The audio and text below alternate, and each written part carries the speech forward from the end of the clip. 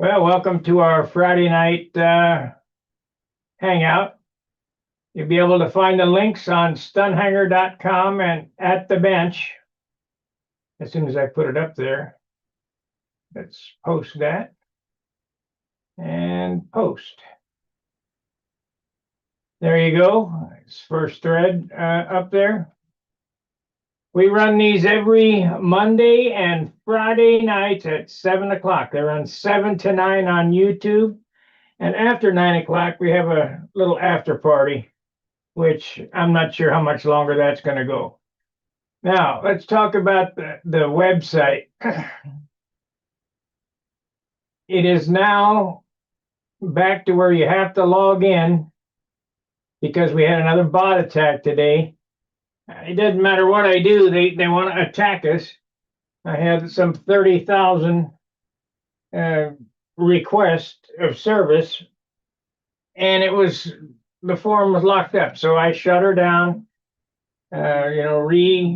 stopped all the processes and made it so you have to be a logged in member to see the forum, because we got all kind of phishing going on. The new forum should be ready, I'd say, by Monday, we hope. If not, you just bear with me. I'll get her done here somehow. Let's see here. Zoom. There we are. So come on in and talk to me.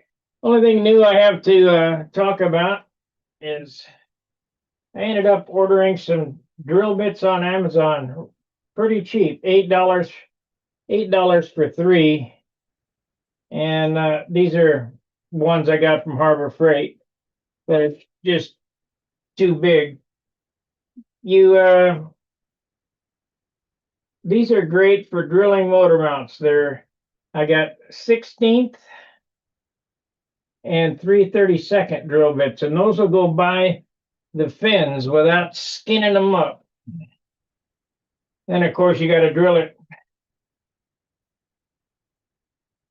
with an 1/8 inch, because 440 won't fit in a 3/32 hole.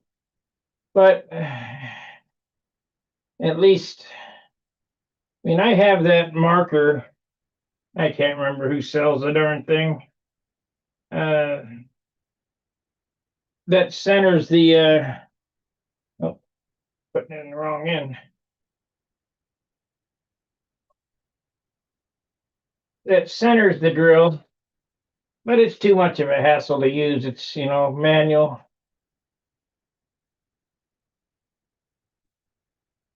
It's always nice to have long drill bits. So you get 3 for $8.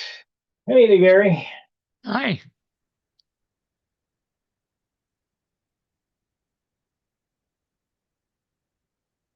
I thought you might have forgot about us. Oh no. Just waiting on the computer to start. The forum working okay? Well, I got on it today a couple times and asked for Steph, but it said you was down working on it. So It did. yeah, like I just did a search and then put a name in, for instance, see what it said you was down. Had to talk to you. That's about he's busy Oh, with it. So, yeah. Well, do what Brett says. Do that. Type in Stunt Hangar semicolon and then whatever you're looking for in the Google search. My search engine's completely broken, and I hope to get it up and running by the end of the weekend here. yeah.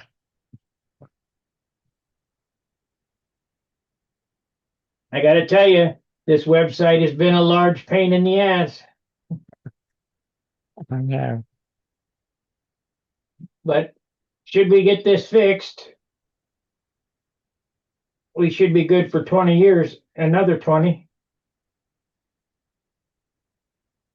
The problem is them kids sitting in those cubicles, they don't have anything to do, so they're always tweaking on something, and when they tweak it, it breaks something else. Yeah. Try to be more secure. They want to ask you 15 passwords and a reminder and who your firstborn was and your age and your address. Come on, guys.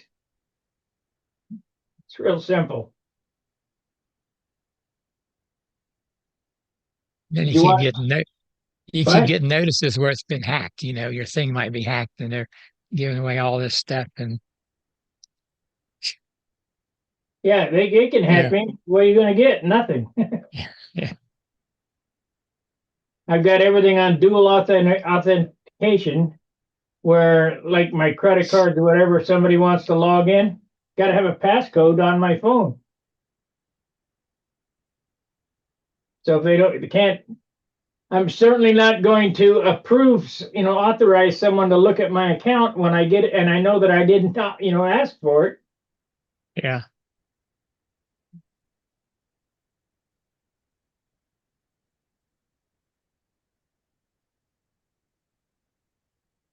All these breaches. You know, oh, it's been breached. Yeah, I had AI draw me up a cartoon today. I want to show you this. This is Did you? great. Okay. This is great. I'm also going to do How'd a you do it? Just tell it, do what you wanted, and it, yeah, huh, gosh. yep. Let's see here. We want to share. I'll share this before any of the guys come on. There we go. Oh, You see it? uh-huh. Mitch McConnell on the left, Biden on the right as zombies. All right. I'm also thinking of doing an educational video with an apple and an orange. I'm going to take the apple and show it. See, this is an apple and this is an orange. Then I'm going to take the apple and spray paint it orange and then hold it and say, this is an apple or this is an orange. And then peel the stem off and go, this is still an apple and cut it open. I just got a downvote for Joe Biden. You know what? Quit watching my channel if you don't like it. So you're either a pointer or a sitter. There's no in between. Yeah.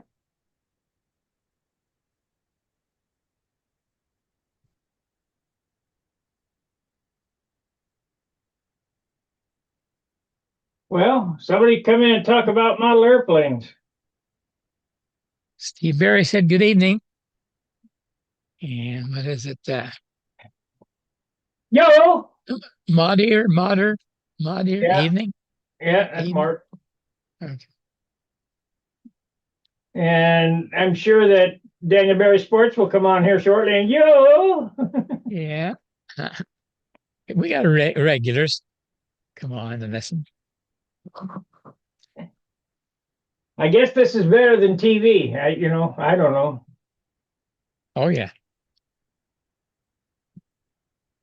Oh, we get a chance to get together all over all of us, and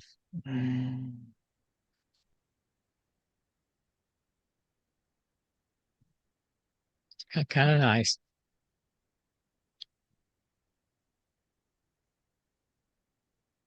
Yeah, somebody just gave me a thumbs down because I showed the zombie cartoon. God. Guys are walking dead.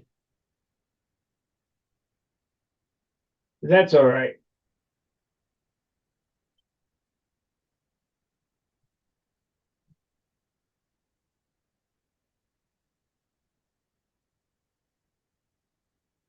Yes, I can see what you're up to when you're doing it.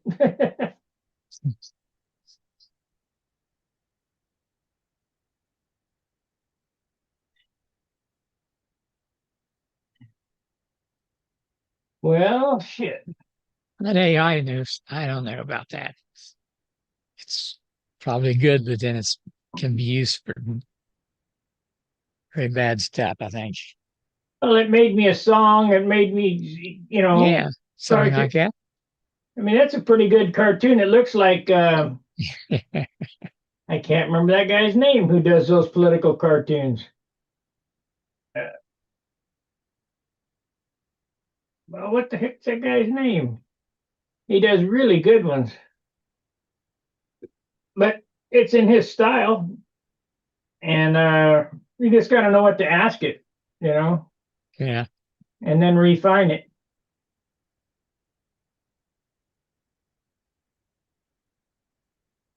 They think they got over on Trump for the Supreme Court ruling him down on tariffs.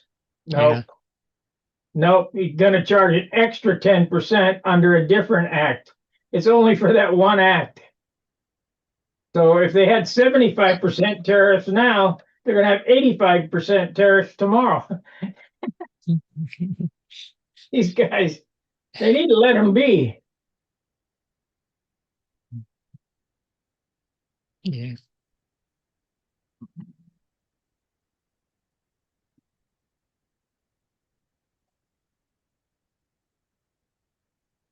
Well, you get your spar. Was you on today? No, Not yet. Okay. You getting your no, spar to work for you? not yet. I got Not yet. 2 corners to finish and then start laying it out to drill out to lighten it up. I Oh, might yeah. taper. I might taper the sand on it, sand it into a taper too to lighten it up. And people say you can't do that. Well, shit, I've done it before. Huh? Hey, are you letting them in or are they coming in automatically now? Oh, they're coming in automatically. I need to shut the door. Okay, Okay. I yeah, just because wonder, I come in pretty quick and then we got Ed's he's with us. So yeah, Yeah, that came in. That was real quick. yeah. yeah, I need to put But the I weight. also got a notification on my phone All that right. you're live. I did Amazing, too. Yeah. amazing. Yeah. We need to play the sound when someone joins or leaves. Activate, enable the waiting room. There we are. That way, Helmet Head won't get in. Hmm. We only had some 30,000 bots on there today. Days. That's why you got to log in again. It pulls my form down to a crawl with all that you know the service. They're pinging the thing. Let's see what's on it now.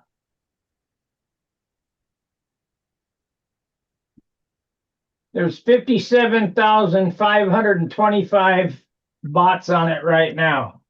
The problem is they can't see anything. So they're still attacking, but they can't see anything. All they can see is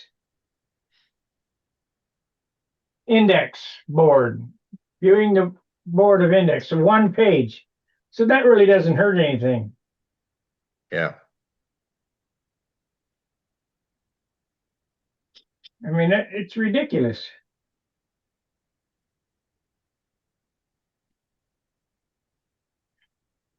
I have a spot where Google's a member, Bing is a member, um, Yahoo, the normal search engine. Yeah. And that allows them in there so they can search the forum. But them other guys, I don't know who they are. Most of them are Beijing, China, the southeastern Pacific Rim.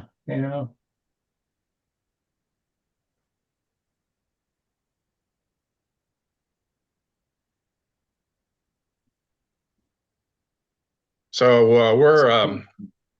we're clear skies, 69 degrees earlier. Winds at 22, gusts in the 46. Yeah. And And now, that was no lie.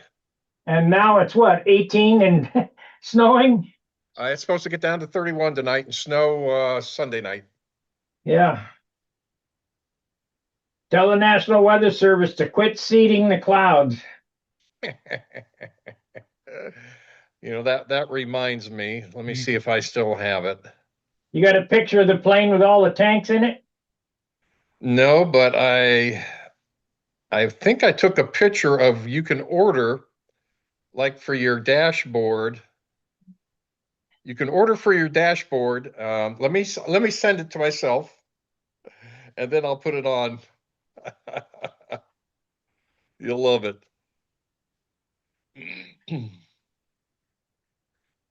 I saw a picture of a jet airliner, 747. They took all the seats out of this thing and they put big tanks in there where the passenger seats were. And one explanation was for testing weight and balance. I ain't buying that. Those are Nope. tanks they're spraying with. Well, definitely it's for filling up with something. Yeah, chemtrails. Well, National Weather Yeah. Service and Mark Zuckerberg are trying to do that shit. Spray the air, block the sun out. Let me go see if the picture is here.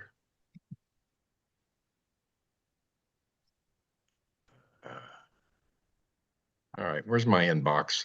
Where'd you bloody go?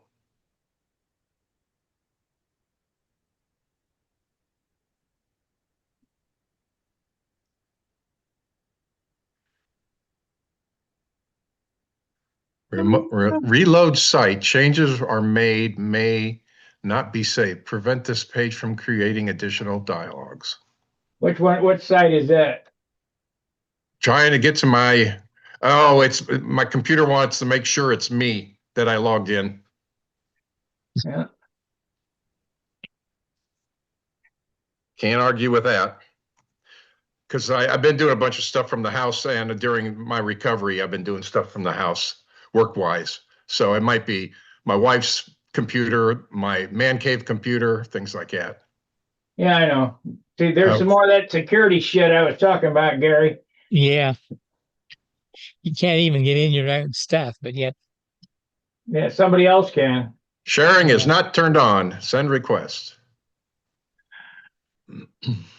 Okay.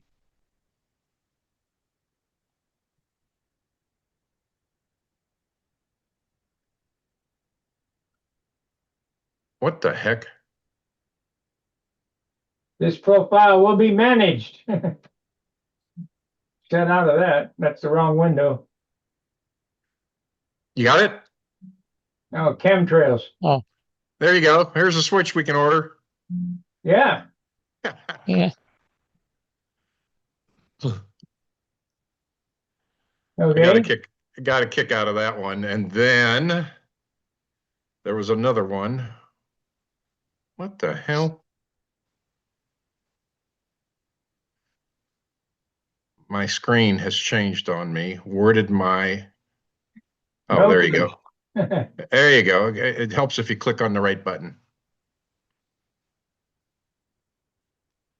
And that's, get out of that one. And then let's go to this one. And let me go back. Here's another cool switch.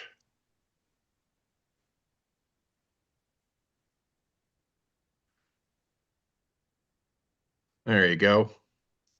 Off, light speed, Yeah, ludicrous, go.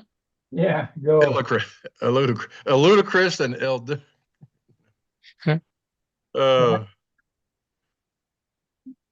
I got a kick out of those. Did you happen to see the photo that I shared early in the stream here Negative. of the people that are running this country? Now look at it close.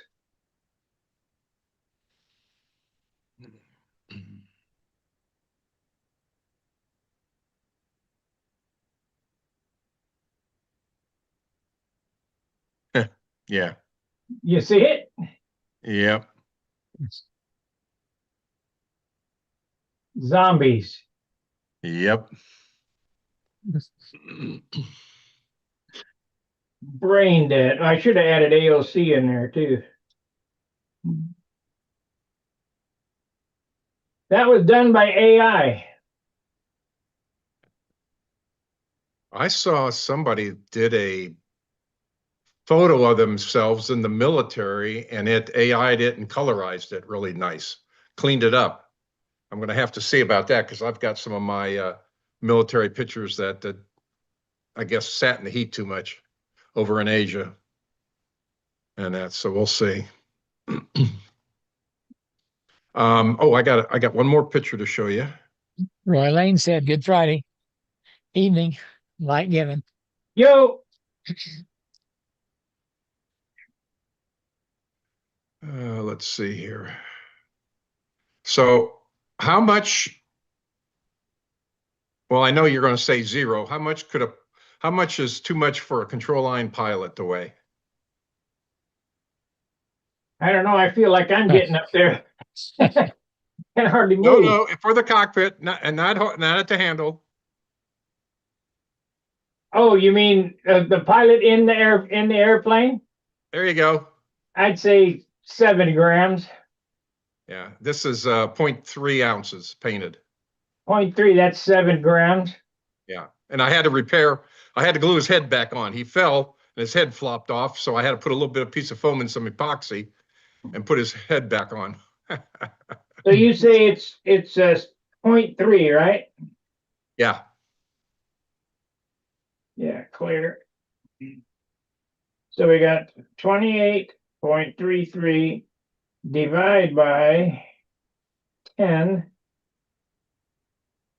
equals times 3. Now he's a little heavy.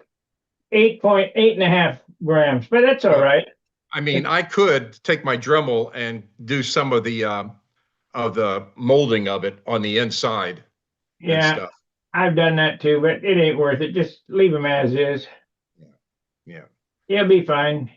Then I It's can when you get get him. up in the ounce and 2 ounce range. Yeah. So anyway, Yeah. that was holding me up from getting the cockpit finished and gluing the canopy on the Corsair. It's a good looking pilot. Whose is it? Who did it? I painted it. No, yeah, but it's not a Williams Brothers pilot. No, have you ever heard of Aces of Iron? Absolutely. That's what was in my Thunderbolts. Okay. Well, they actually had one that was like 1/12 scale or so. So I ordered it and it was like, oh, that's pretty good to size. A I was just 60-inch wingspan airplane is 8th scale. But okay. This is 55. So like 1/10. so how much was it? About $40? No, I don't think it was that much. I don't think I have it laying out here. He 'Cause wants me to he wants me to send a photo once I paint it, and I figure I'll do that once I get it in the airplane. But yeah, yeah, they're good pilot. They really realistic looking. yeah. Yeah, in fact, let me see if I can easily find the one I did for my Mustang. Hey, quiet. Stand by. Where in the heck's my The red button to stop sharing. oh, it went to the top for some reason. Yeah. Aces Iron offers a real good scale looking pilot. Yeah, I'm gonna put you on mute a minute. Okay.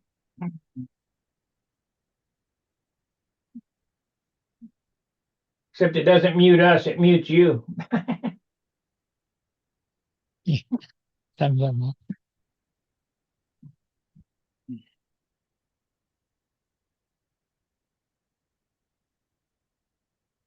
Yeah, that's why I like Tommy Looper carved me a pilot that I have in my in my Supermarine. I mean, no, in my Tucker. It's an old time pilot, and he carved it so good it weighs I think it was 3 or 4 grams. So it's half the weight of a Williams Brothers pilot. I go, that's good, and looks much better.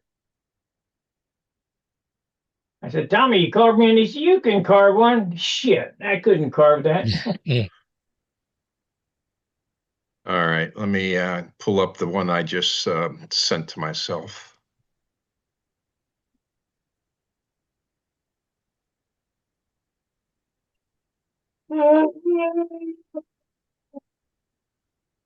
Boy, slow night tonight.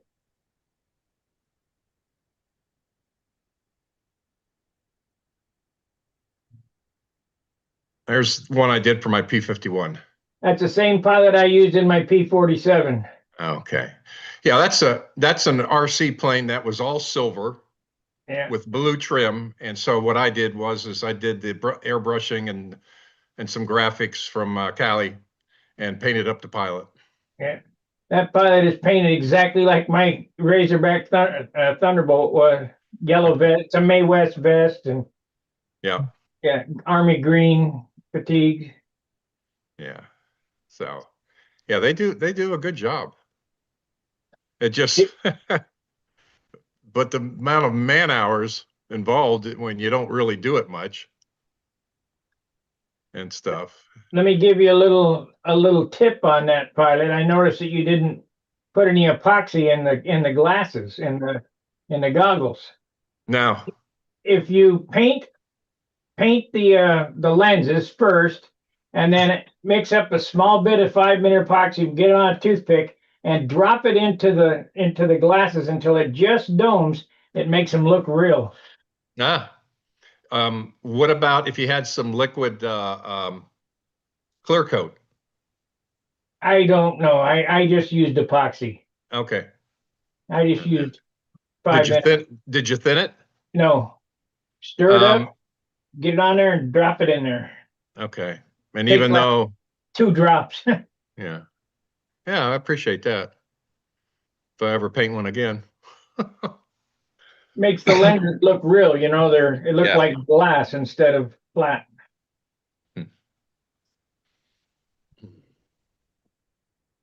Santa Claus, you looking for work? Hi, John.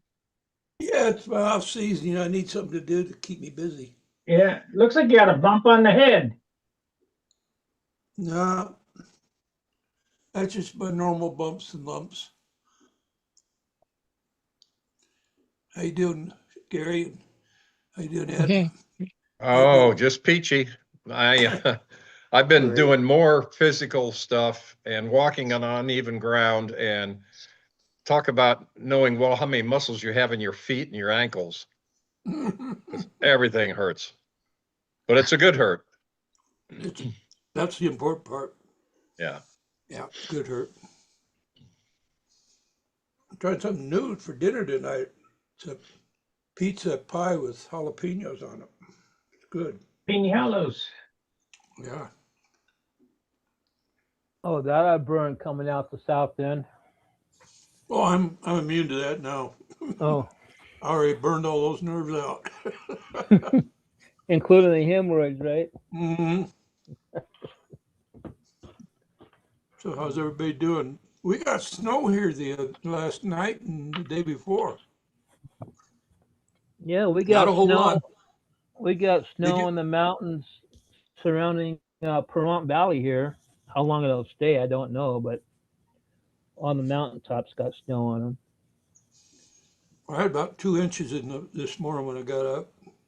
And I had Wow. an inch yesterday. So Carl, you didn't go skiing in the blizzard up north, huh? Oh no, I don't snow ski. You heard about that. The idiots that were No. snow skiing and with known avalanche warnings that are dead or are still missing. Oh yeah, I did read an article on that. Yeah. Yeah. It's a nice thing about this hobby. Unless the airplane falls straight down on our head when we're doing the overheads, we're pretty safe. Or your lines get cut in two and the plane comes in right at you and takes off again. But that's besides the point, I guess.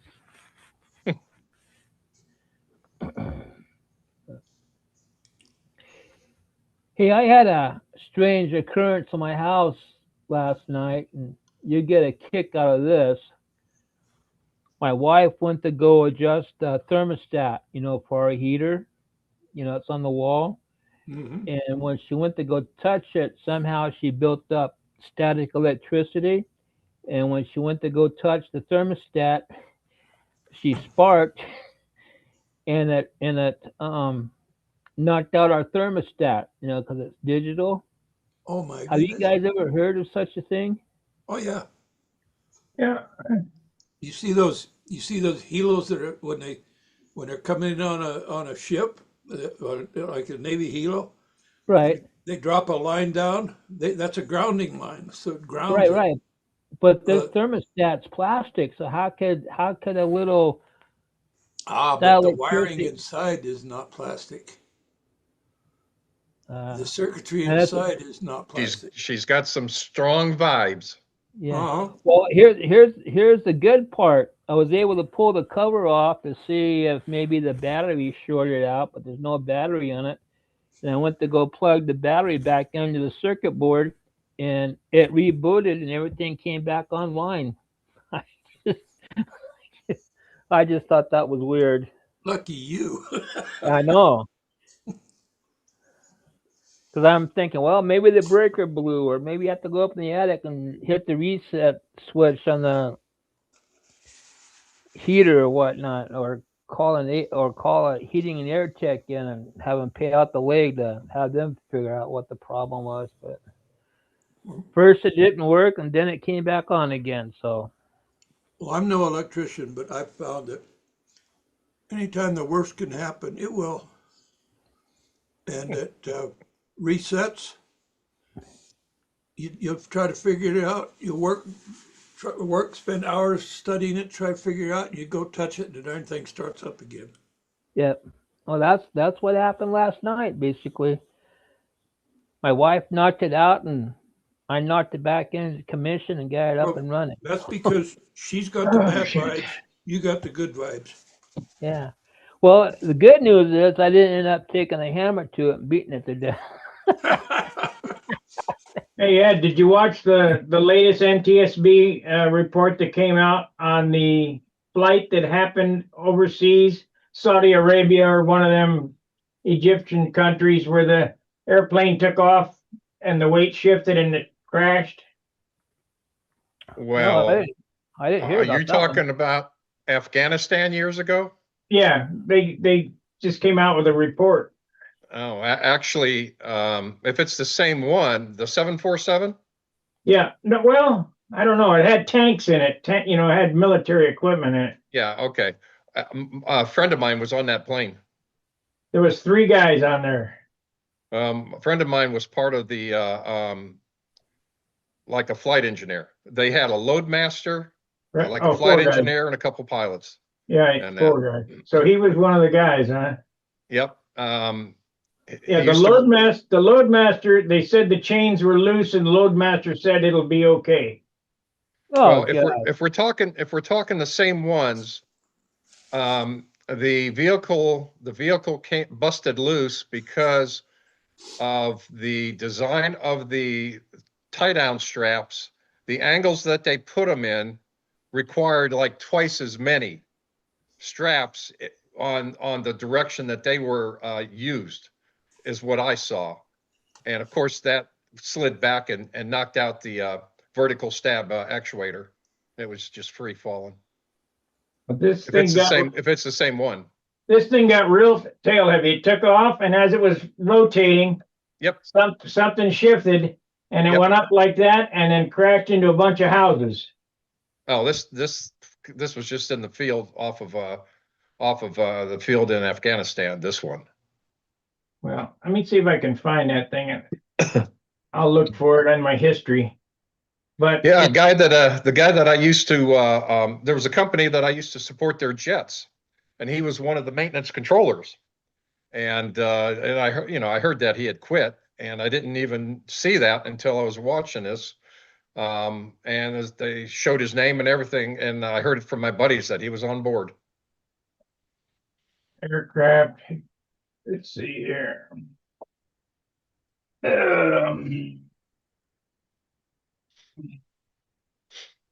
I thought it was a C-130. C-30 crash. This was a C5 or a 747. I think this was a 747 that I was referring to. C5. Let's try the C5 crash. That's a So big airplane. did your buddy live through the accident or not? Oh no, it pancaked in and just one big Wow. ball of fire. Oh, that's terrible. Yep. Good guy too.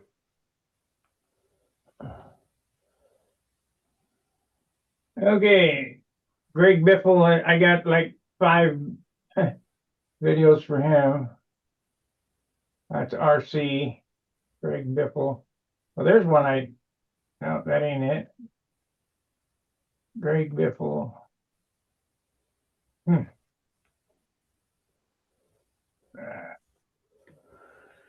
Take off. That ain't it. Do you follow Pilot Debrief? Yeah. He's a Hoover? yeah, Hoover. Hoover? Yep, ex-Navy pilot. Yeah. Yeah. Yeah, there's a couple that I listen to because of their background and stuff. Another one I just watched was the UPS crash in Louisville. They had a update on that. I mean, it's a long video. Yeah. Shows terrible. Have kind of know what happened there, so I haven't clicked on that one recently.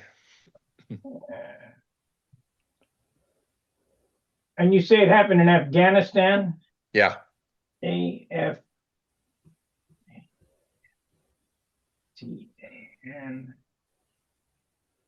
crash. Yeah.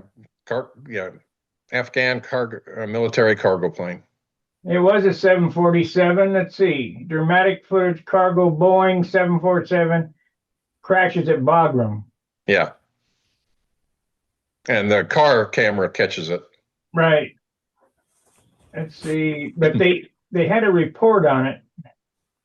They also had a report on the UPS crash, and that video there is about, I don't know, 45 minutes to an hour long.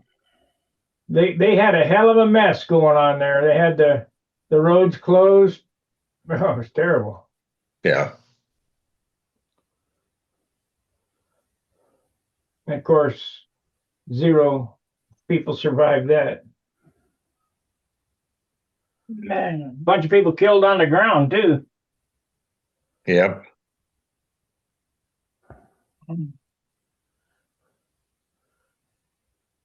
Yeah, I like Hoover. He's good. You watch Jimmy's World? A little bit. Yeah. And that Juan Brown Blanco Lirio is a good one. Yeah. Kermit Weeks? A little bit. Yep. He got antique junk though.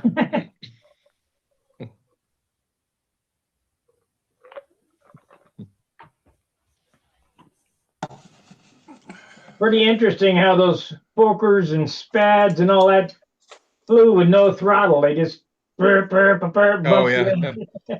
Yeah, magneto off and on. Yeah. Well, it reminds me, like you would almost have to worry about a torque roll. Did you hear what happened in Camarillo on Sunday? No. Yeah, evidently a guy that was 41 years old just got P-51 checkout, and he was doing touch and goes, and witnesses said they saw a bounce, and evidently throttle was applied, and it torque rolled and landed upside down. Oh no. Oh gosh. Yeah. That And was a big problem. Camarillo, I used to help out when I lived in Oxnard. I used to help out the guys at the Confederate Air Force there many, many years ago. And that's where I had my planes when I brought them back from the Philippines. with a buddy of mine that was chief pilot for Flying Tigers. Did you fly in and out of Clark? Well, I was based at Clark for a couple of years prior to coming when I was working for Beach and stuff. Yeah. Yeah. I was at the embassy for a couple of years, and then I went up to Clark for a couple of years. Did you ever get to Olongapo? Oh yeah, my buddy was in Olongapo. I was at Clark. Well, I was at the embassy. He was at Olongapo, and so we did a lot of stuff as far as we were the Sanford and Son of the aviation world over there, buying disposals and shipping stuff back. But then Bill and I went up to Clark Air Base together, and he stayed and started the factory of building Van's experimental aircraft quick build kits. And I left and then ended up working for Pratt. But yeah, in and out of Olongapo. For you guys that don't know, you go to land there and you can't do if you do an ILS approach, you can't do a straight in approach because of a little hill off the end of the runway. But at the end of the runway, they got the carrier deck painted and that, so they can practice their carrier landings all the time. And that, so. So what year was this? In the 80s, mid 80s. Yeah. That's Yeah, when that's you were over there? That's when Olongapo was a Disneyland for adults. So Ferdinand Marcus. Oh yeah, hey, my late wife used to play tennis with his sister over there. Oh. And that, and I was there when he left, and when Aquino came over and was assassinated, I was there on the airport and stuff. So it was pretty interesting. I know you never ate a balut. They tried to get me. Balut. yeah, No. yeah. Good old Balut and Mojo. Yeah. And what really cracked me up for you guys, there was a lawsuit going on besides San Miguel Corporation, which does San Miguel beer. And I forget the other company. And so the bottles look the same, but the other company named their beer. So you'd go into a bar and say, "I'd like a beer." And so they'd give you a non-San Miguel because you asked for a beer instead of San Miguel. I used to visit the San Miguel Corporation because they had Mickey Mouse One as a corporate aircraft, as a King Air 90. And if you look at the pilot side, there was behind where the pilot sits is a picture of Mickey Mouse and Minnie Mouse on the co-pilot side. And I never thought of taking a picture of it back then. I have to say, San Miguel was a pretty dang good beer. Oh man, masarap. Hey, Ed, did you ever eat any of that monkey on the stick? Oh yeah, well, ihao. It was pork, great stuff. We called it monkey on the stick, but it was pork or beef. Yeah. Loved it. Oh, and squid. Oh my golly. Not me. That's like eating a booger. Well, and cuttlefish. The good stuff, man. I miss it. Oh.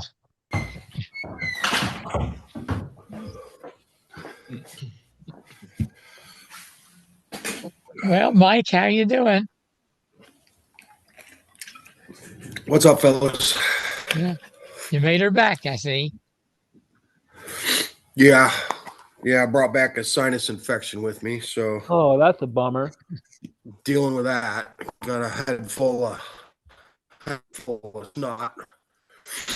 Other than that, yeah, Dallas is good, man. We went to Dallas last weekend. Sam had a 4-day weekend from school, so the rest of the team, we all met in Dallas for the weekend, and the weather was not fantastic, but Sam was still able to put up about 50 flights, and he flew 30 matches against the guys on the other team. So, the guys on the team. He flew Dave, Austin, Kerry, and Andy. So he got some really good defensive and offensive training. You know, he could fly 30 matches here against me and not really learn anything, but flying 30 matches against those guys, Huh. it was worth going. It was definitely Yeah, worth going. Good. Heck, just a different surrounding, Yeah, you know, the surrounding and then the personnel. Yeah. yeah, yeah. It was I was- worth it. It was I was well looking worth for Sam's picture in the latest model aviation. Is there a reason why he's not on the team in here? Well, that article was written before the other junior bowed out. Ah, okay. That So makes sense. yeah, that didn't happen until after. Yeah. So Andy had already written the article and sent it in for publication, and then because we didn't get the final nod until I don't know what was it, Andy Miner. December or something, November. Andy Yeah, Miner. Andy Miner. Yeah. You have any problem there with the people that you thought you might have problems with? The homeless or what was it? No. Oh no. We didn't see Yeah. anybody there. Yeah. No. Apparently, since the last time, there's a set of railroad tracks that runs next to the interstate, and then the field is next to the railroad tracks. And there was this big line of trees, really thick, big old growth trees. And the homeless lived in between the trees and next to the railroad tracks. Well, one day the railroad company just came in and they cut that whole line of trees down. So now they've got no buffer in there anymore. They don't have you had the hill of the railroad tracks and then a line of trees. That's a nice little place to get in and hide and be out of the way. Well, there's no trees right there anymore. It's just wide open right to the railroad tracks. So they've moved on. But Lester Horry came out here and he showed us, I guess last year or the year before, a homeless guy was set up on one of the center pads on the grass circle, had his tent and all his stuff set up there. And one had a fire going on the concrete on the center pad to keep himself warm. And it set all the grass on the field on fire, like set the whole field on fire. He showed me pictures. Geez. So there's two asphalt circles and then two grass circles with center pads. It's 4 circles in a row. It's actually a really nice flying site. But yeah, it set all the grass on the entire field. And I think after that is when the railroad came in and cut down all the trees. And that we did see one homeless couple that had a tent pitched behind the Sonic right next to the field. And they were there all weekend. But no, we didn't have any trouble. There was no issues. So he didn't claim squatters' rights. No, he didn't claim squatters' rights. But it's a nice facility, man. And I don't think a whole lot of guys use it, But it was a good trip. I'm just in here. I'm actually going to start unpacking from the trip. We haven't touched anything since we got back. I need to go through my pit boxes and get rid of broken airplanes and all that good stuff. So I'm going to mute out and I'll just be here listening. Take care. Yeah, every month I get a new epoxy mixing tool.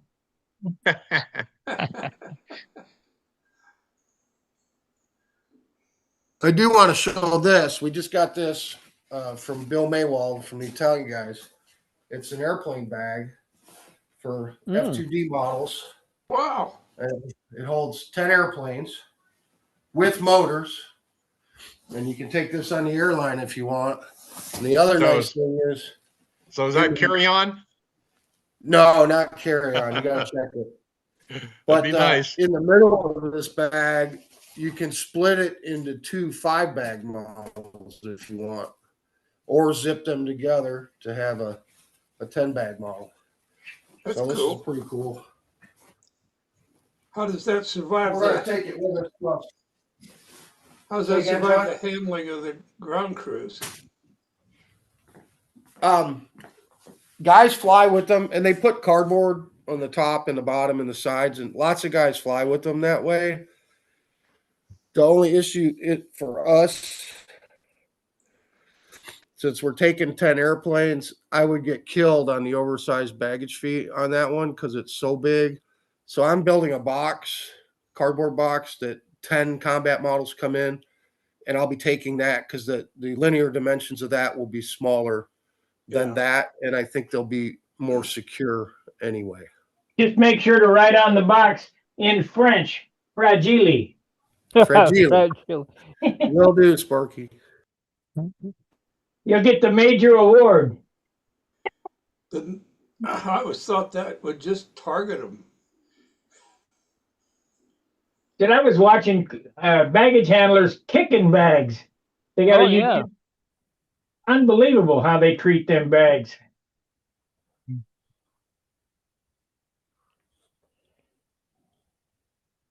I'll tell you the video to watch. It's a guy who's some famous musician that they took his guitar and they had video of him kicking it off the cart onto the ground, and it broke the guitar, and and this is a true story. He said, no, that's all right. He got another one, and he wrote a song about aircraft baggage handlers. And and the TWA or United or one of them, whatever he flew on, wanted to buy that song so he would quit playing. He said, absolutely not. I don't know. I can't remember the name of the song.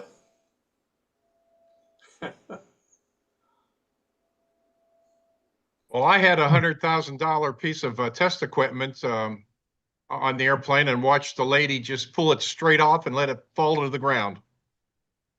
Oh, And that. Luckily, the computer still worked, the special equipment that I had. And couldn't believe it. That was in Philadelphia or Philadelphia. Philadelphia. Yeah. It's bad there, isn't it?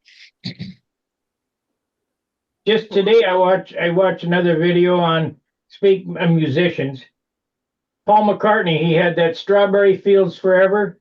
That song Right. wasn't supposed to exist. They showed how they did that. They took 24 orchestra musicians and doubled them to make a 48-piece orchestra. It was crazy.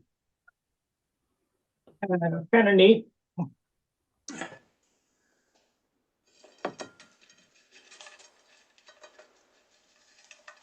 Let's see what the name of that is. History. I just watched it today, so I should be able to find it.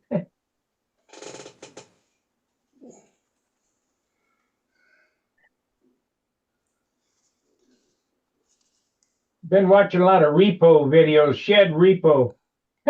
No way I'd do that job.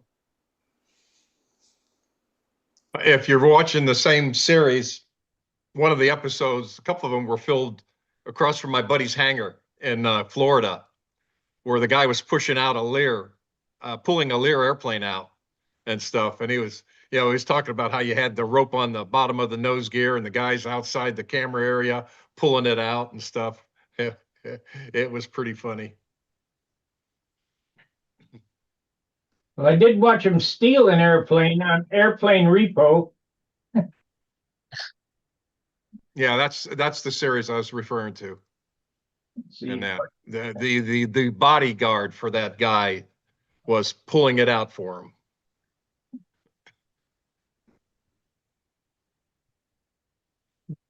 I saw a short video that they took an airplane and then a barn and revamped it or something, and took it off. They showed that.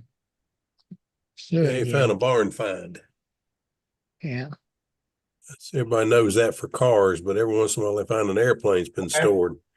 I saw that too. We got her talking then. Let's see here. That was a cute video.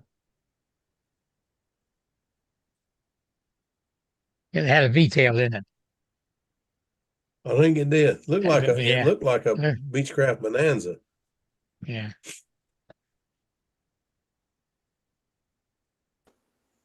Oh. That was an ultralight. I don't know. I've seen so many lately. I can't remember now. Can't remember, Gary. I've told y'all before, and you think I'm kidding, but CRS has me bad. I'm with you too. I can't names and stuff like that. Especially I want to talk about, I can't come up with it, but later on, you just all of a sudden it just come to you, it's just easy. What aggravates me, I'll see something or hear about something, and I'll say, I need to look that up on the internet. And I reach down, grab my belt, get my telephone, and by the time I can turn the full thing on and go to get to the internet to look it up, I've forgotten what I wanted to look up. That just shows you how important it was. Yeah. Hmm. What I've decided to do, and I don't have it on now because I took everything out of my pockets a few minutes ago. I carry a notepad and a paper, and if I think of something I want to look up, I flip that thing open and write it down right quick. Because if I don't write it down, it's gone. It goes through there at speed of sound, and it don't slow down. So if I don't write it down while I'm thinking about it, That's it's because there's gone. nothing in the way between those ears, you know. No, Yeah. ain't nothing in the way anymore. Clear shot. You ought to see me clean my ears out, man. Put the rag in here, pull it out here. Yeah, yeah, like the old Looney Tunes. Yeah. Yeah.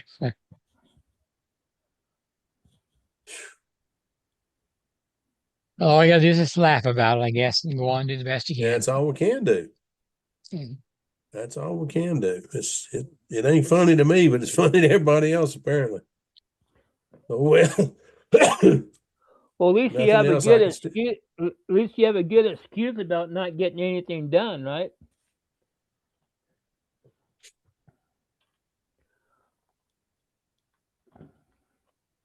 I went to the hobby shop a week ago and bought a spinner to put on an airplane that I was going to try to fly tomorrow. I bought the spinner. I got it downstairs. It's still not on the airplane.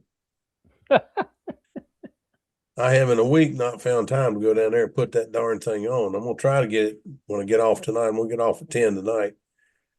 See about going down there and putting that thing on, but no promises. Yeah. Somewhere between here and the basement, I'll probably forget what I went down there for. No, I doubt that. I can remember that, I think.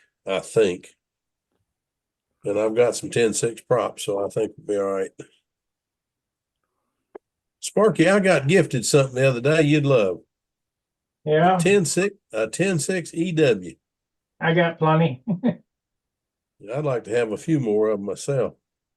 I've got one.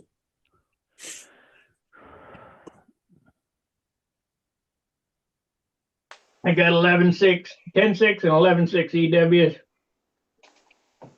And a shit pile of 13-6s. Well, any of them you want to get rid of, all you gotta do is say something. Yeah, I'm going to bring some props to Brodak, a box of props. And the ones that are, any good, they're going to be $10 a piece. They said, well, I can get them cheaper at Brodak's. Okay, go buy them. Brodak ain't got them. Brodak ain't had them. That's right. I wanted to sell all these props to Brodak, but they're not interested. They wanted little props. And I got big props. Little props. Yep. They wanted 8s and 9s.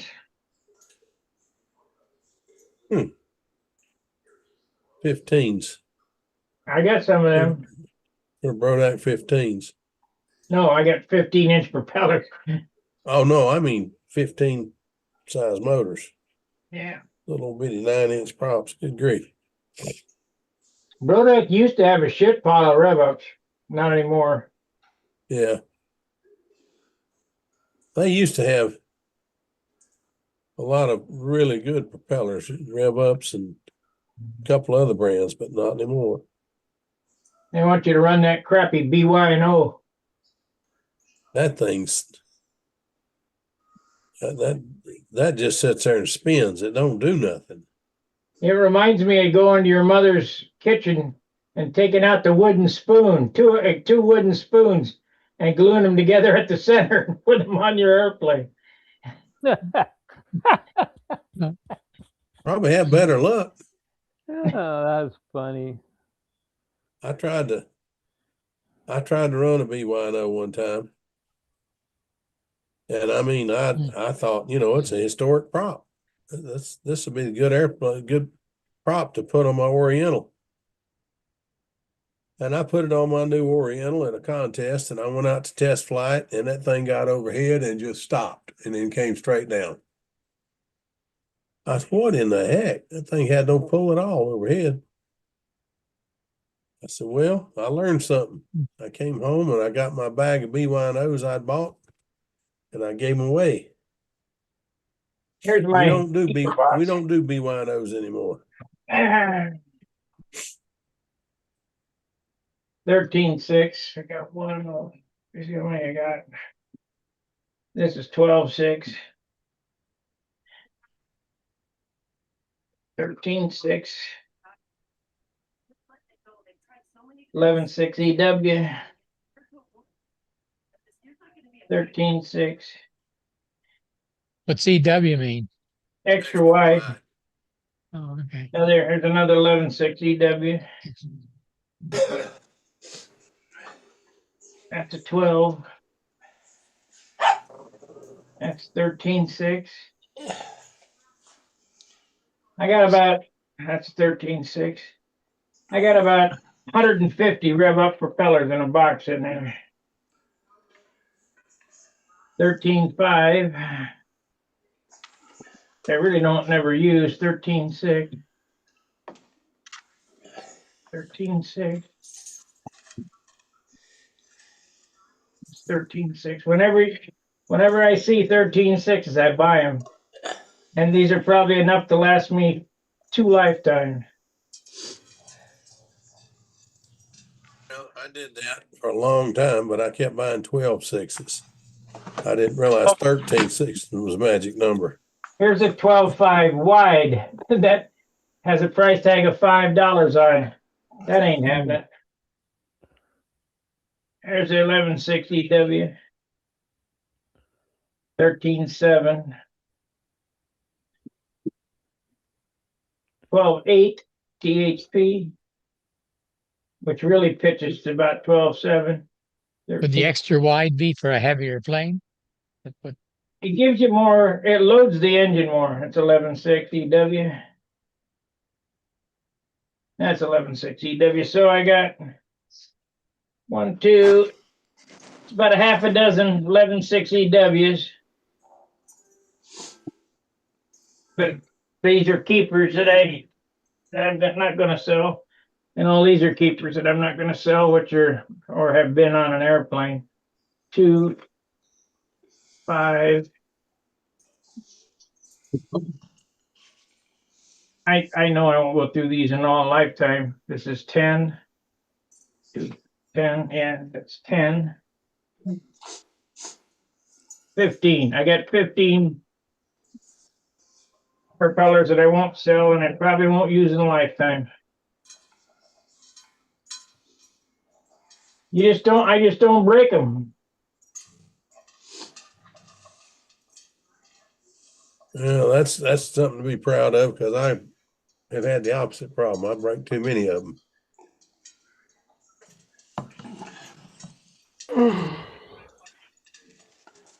How I ended up with that box of propellers was it's all new old stock. They were still in the bags.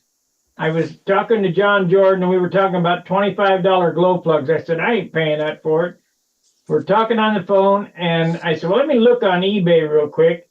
And I happened to look on eBay and that guy just listed them. And I think I paid $150 for, I don't know, a gazillion propellers, rev up propellers, all new old stock. Yeah, I remember when you got them in, seeing you unpack them. There was a bunch of them.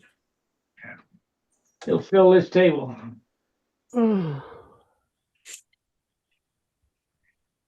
What's everybody building this week? I hadn't seen Spark done. I haven't been able to watch the computer, but I haven't seen what Spark's building this week. I think he's still working on the Aries, but I hadn't been able to see much. That's Did it. you see my pilot at the beginning of the show? No. No. No. Look at it afterwards. I painted a pilot. You did. You rascal. I'll pull. I gotta get up with Tommy and I'll pull it up again. I'll pull I it up gotta get again up for with you. Tommy and see if he's got my pilot from a humongous about done. I'll hope he pull it has. up again just for you. Oh, okay. Appreciate it.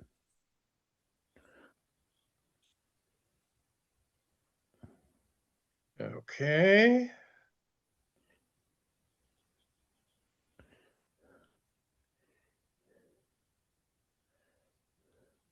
There you go. All right. All right. That's pretty sharp. You did all right, Captain. Pretty That's real, for the, doesn't it? It does. yeah, that's for the Brodak Corsair that I modified into a F2G. Very Yeah. neat. Very neat. That's monocoat. Yeah, I don't like it, but what do you do? Live and Well, learn. I'm trying to figure out what to do on.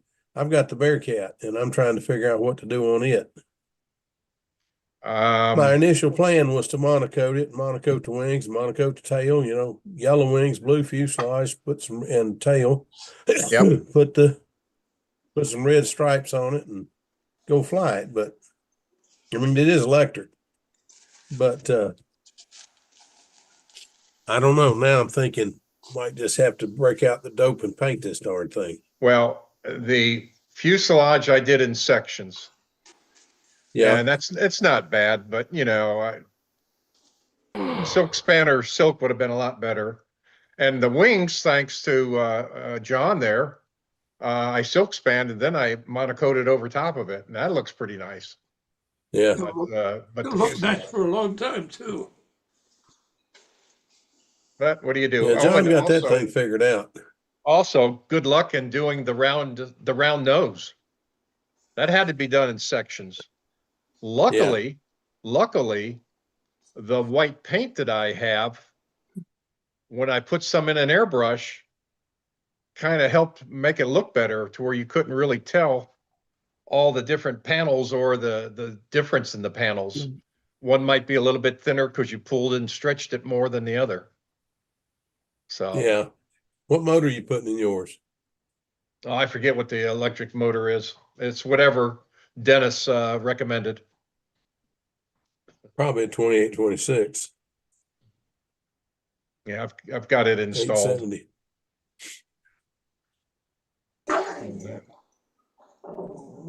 Yeah, I Oh, well forgot then, to get his recommendation. I'm gonna have to do that. and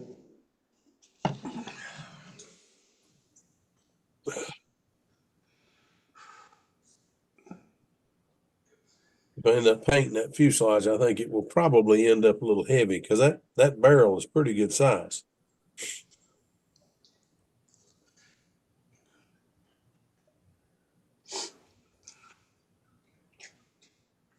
I watched. Ah, you got the spar coming right along, Sparky. Yeah. My pine spar, lath and plaster. I saw a demonstration at the club in Milwaukee, Circle Masters years ago, and what's the guy's name here that Bauer, his father, gave the demonstration. He worked for Top Flight at the time. That's Charlie. Yeah, he actually, in part of his demonstration, monocoated a tennis ball with one piece of monocoat. It'd Oh, be no. real good if he did it with one piece. He did. He was. But, you know, he showed how to do it. It was not really that hard. It was heat and stretch, heat and stretch. Mm. and you really need to weight things down or have somebody help you. You need a third hand. That for sure.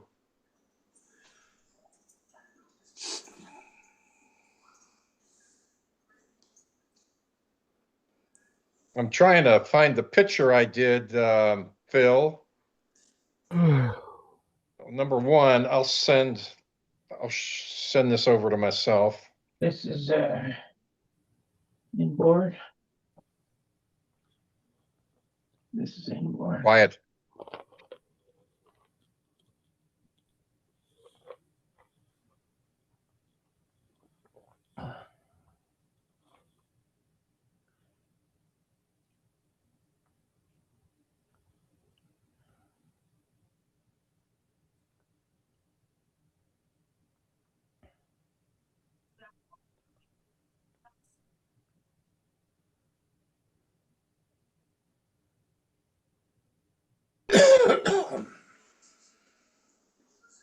Everybody can see my Aries? I can see it. Mm-hmm.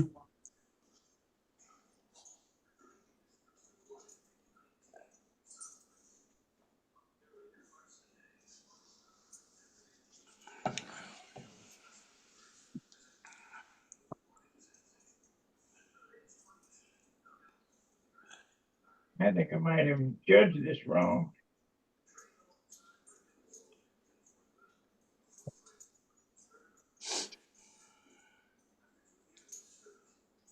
Oh, okay. All the way to the outside of that. What motor you planning to put in that, Sparky? 32F. That's what's in my. Yep, that's what's in my humbug. Helicopter motor. Yeah, that's what it is. Boy, they run good though. Thing runs like a little turbine. So is that gonna be a profile I-beamer or what? No, No, it's an Aries. Oh, okay.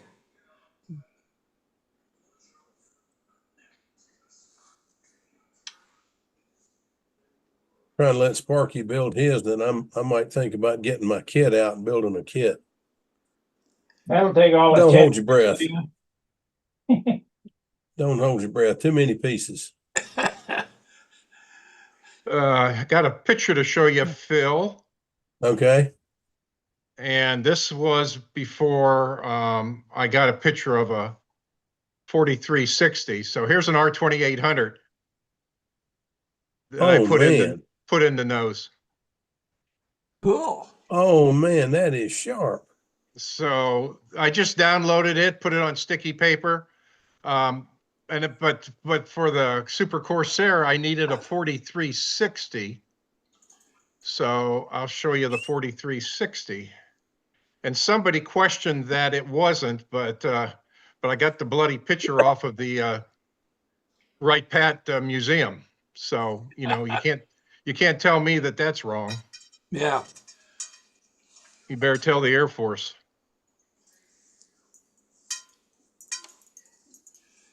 So there's the 4360. Oh, that's And just bad to the bone. yeah, and it's just temporary. It's not quite. I had to redo it and make it to fit better, things like that. So Yeah. just a simple sticky paper Yeah. on the piece of paper that's on the plywood that's there. You can give it that look. Yeah, you putting your carbon in front of the plywood that was there, right? Yeah, the carbon mount goes right in. From the front. Yeah. Yeah, okay. That's what I'm gonna have to do too, because the cowling wouldn't fit otherwise. Right. That's cool. That is just cool. That's a good idea, Ed. Since it's electric motor, that's a real good idea. Yeah. And for the cockpit, I was just going to use a silhouette on a piece of plastic, but I ended up doing that pilot since it fit. And Yeah. like I told Sparky and I were weighing it. I think he said it came in at 8.49 grams. 8.49 grams. Is Good that representing you as the pilot? Well, yeah, since I got sunglasses on, yeah, that is me. Can't tell otherwise. Pretty sharp, Ed. Did good. So, if I had to do it again, it would be far easier for me to silk the fuselage or fiberglass it and paint it. But I was trying to avoid painting. and Well, stuff. I wished I was closer to you because I could have shown you how to do that fuselage. Yeah.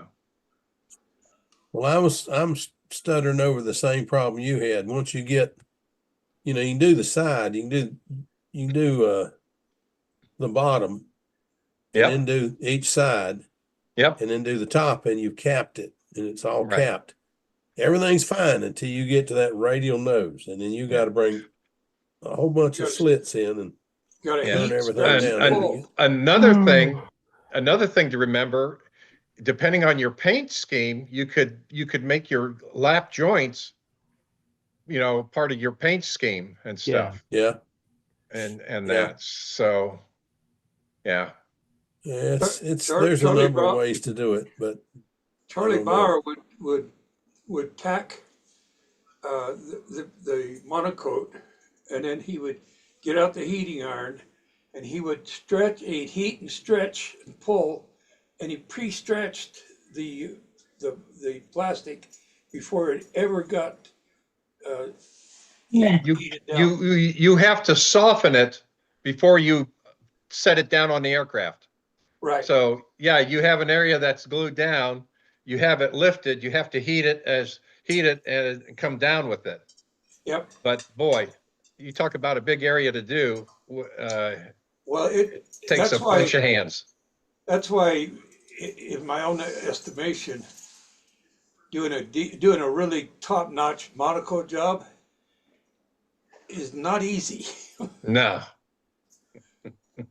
no, not at all. I won a couple awards for a monocoat job, but it was on a sailplane, and that's everybody says, well, it's the same thing. No, it's not. A stunner is much harder. It's you also got on the stunner, at least at that time, you had to worry about fuel. On the sailplane, I didn't have to worry about that. Yeah. Be right back. And that old plane, that Viking is 35 years old now, and I took it out of the bags the other day and looked at it, and it still looked like it did when it won the concours. Yeah. But that's been, like I say, 35 years ago. So Well, every plane that I put the silk span on first and then put the monocoat over the silk span, 20 years later, I have not had to put an iron to it. well, I'm going to try that on something. The Viking, I didn't do that. I put my numbers, the AMA numbers inside the outboard, the right-hand wing, and the inboard wing had my LSF numbers in it. It didn't have the name on it. If somebody didn't know that was a Viking, I just had to feel sorry for him because it was the newest thing out there. It was plane everybody wanted, and it was hard to get the kit at the time. Yeah. But I managed to get a prototype kit and built it. And took it out there and made some changes in it. There was a 1 and a 2, and I built what I called a 3. And I got to some of the big contests, and one of the guys called it a 1.5. It wasn't quite a 2, but it wasn't a 1. Yeah. So it had the wing that has curve to both sides of it. It's what the way he put it. But instead of having the leading edge sheeted, it was turbolated and built up to where it was the same thickness as a sheeted one, but it was turbolated. And the reason was the Viking 1 would float, but it wouldn't penetrate. Viking 2 would penetrate like an arrow, but it wouldn't float. So I said, well, I wonder what would happen if we made, combine the two. So myself and another fellow built them identical, and we both battled each other all season long because these things would fly great and land great, and they were just beautiful airplanes. But Dwight Holly come along about that time, and we went to a contest, and Dwight was there flying a Maestro Megan. I'd never seen a multi-channel airplane fly before. I mean, I'd seen rudder, elevator, and spoiler, but I'd never seen flaps and ailerons and all that rot. And he came in with this Dodson Designs Maestro Megan, and I just, wow. So then a year later, he came back with, it looked like the same wings. Come find out it is. I have both kits downstairs, but he designed the Gobbler. And the Gobbler is a fuselage like a Sagita It's just a very minimal fuselage with these big wings on it. He won the world with it. Won the worlds. Of course, what the pity of that is, Dwight wanted to win the world so bad he didn't go to his treatments, and just a few months later he died of cancer. He was a very determined man, I'm telling you, but he was a very, very giving and very outgoing man. A lot of people told me that they just didn't get along with him at all. I never had a problem with him. I was a 19 or 20-year-old kid asking too many questions, and he answered every darn one of them. So I don't know. I thought the world of him. What Anyway, what amazes me is that if you take a big, like you showed there, big round fuselage out there with that motor in it, yeah, you know, and you're covering up half the propeller, and still you got the yeah, power you need. it blanks I, a lot of it, but on the other hand, what's left is really digging. I've always heard, and Gary, I don't know how in the world we prove it or disprove it, but Wendy did a video one time, and he says when you're repitching a prop, all you need to pitch is the outside 2 inches, because the rest of the prop's along for the ride. Now, whether that's right or wrong, I don't know, but I always do the whole prop. But Wendy just insisted the outside 2 inches was all you needed to worry about. Well, at a I think contest one, huh? I think I've heard something similar, Yeah, but I couldn't prove it. I couldn't prove it either. At a contest one time, I didn't have time to make a whole change, but I broke my good prop, and I knew the difference between this one and this other one that's just the raw prop. So I'm over here modifying this prop, and I just repitched the outside 2 inches of the prop and put it together. It worked. I don't understand it, but it worked. Instead of shaving the whole prop and cutting it down from a 6 to a 5.5, I just did the outside 2 inches. And then put Charlie with what we call Charlie tips on it and Phillips entry, and took it over under the bushes and sprayed some, I've forgotten what you call that stuff, sprayed some finish on it right quick, and put it back on that snarling Fox 59 and went out and flew. But I broke the other prop. I was in the pits warming the engine up. That Fox 59 was a cold natured bugger, and fired that thing up, and somebody playing around threw a rag and it went in my prop and broke the blade. Oh gosh. So anyway, we got a Bearcat report. Been waiting all week for a Bearcat report. Hi, Mark. Mark, you can't get no peace and quiet, brother. You got to finish that airplane so you can get some peace I and guess I quiet. better. I don't have much to say because I didn't have much visual progress. Ed, did you tell everybody about that book you found The book I found. on No. Bearcats? You sent me the Facebook link. Oh. I sent you the link, but yeah. It's on Bearcat. Send it to me. I love Bearcats as well. Yeah, go ahead and show them. You got the picture there. I'm not sure where I got to find it first. Oh, well, let me do that then.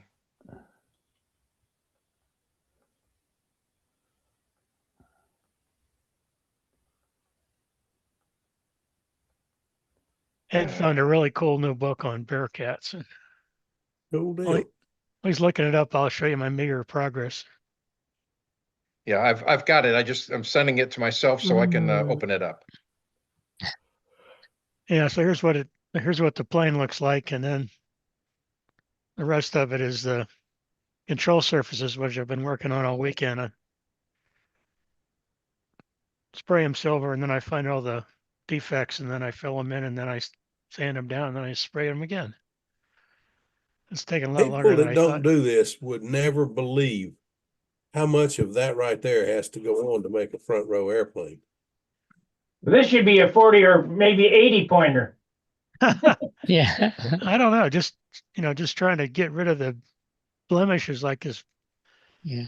right there where the buddy is, Yeah. just to get a third or fourth row airplane. More primer and a longer sanding bar. Yep. So then I finished.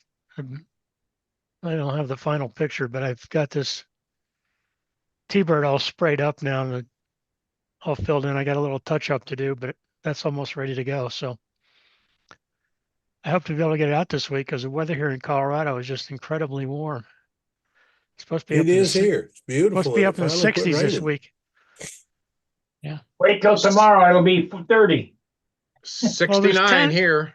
It was 10 Yeah. this morning, but it's supposed to be up in the 60s next week, and it's been Mm. incredibly warm all winter. Global warming.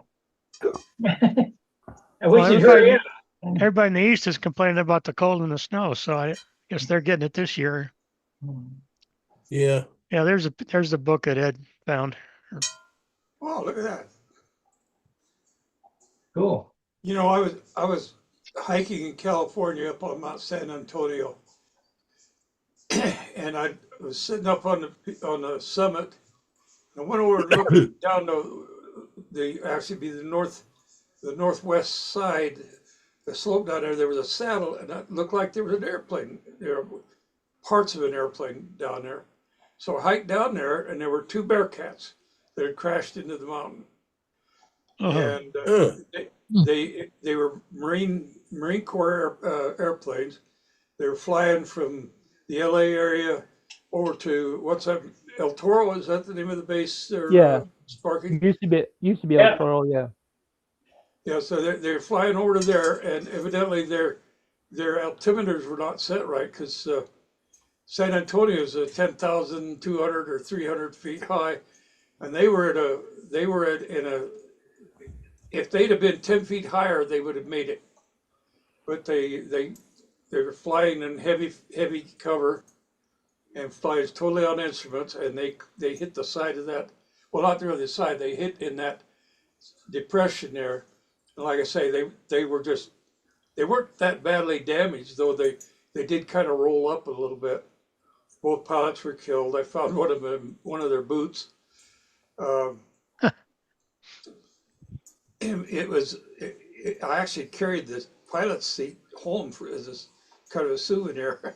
Used to have it for years, but that was quite the thing. They'd already been up there to taking all the weapons off of them and everything. So, but man, There's this guy that used to work for me at Hewlett Packard here in Colorado, and his hobby was hiking to crash sites. And I guess there's databases around where all the crash sites are in the country, what Oh, really? airplane crashed and when they crashed and all that history. And if you want to, you can look it up and you can hike up the mountain and go find it. I met a guy in the high Uintas. He had a bunch of mules, and he was under contract with the government because the high Uintas is a national wildlife area. That when a plane crashed in there, they had to go in with mules. They couldn't use, motorized transports. They had to go in Right. with a mule and pack that airplane out, what was left of it. That's interesting. That's I'll have amazing. to look up on that. Well, that's Steve. I've forgotten what his last name is now. That is he's well known as a air race pilot. Steve Hines, something like that. Hinton. Steve Hinton. Hinton, that's it. He now has the Gulf Hawk 4 and is restoring it. He also has a N9M flying wing, is what I was told recently. You're kidding. I thought those were all destroyed. Or is that the precursor one? What's that? Is that the precursor one that used to be at Chino Airport? Yeah, that's the one that used to be at Chino. Okay. The guy had a heart single attack seater. and died. They thought he crashed and had a heart attack, but they said they did a better, whatever you call it. They said no, the Postmortem. result was because of the heart attack. Autopsy. Autopsy. There you go. Thank you. Hey, I got something else to show. A couple weeks ago, we were talking about snow and ice flying off of trucks. Oh, Lord. And 2 days later, after we talked about it, here's what my buddy sent that happened to one of his workers. Ooh wee. Whoa. That flew off the truck in front of him and right into his windshield. Whoa. So how Yeah. ironic that we talked about it, and then that couple days later, I get this from him. Did he survive that? Yeah. Oh, that's good.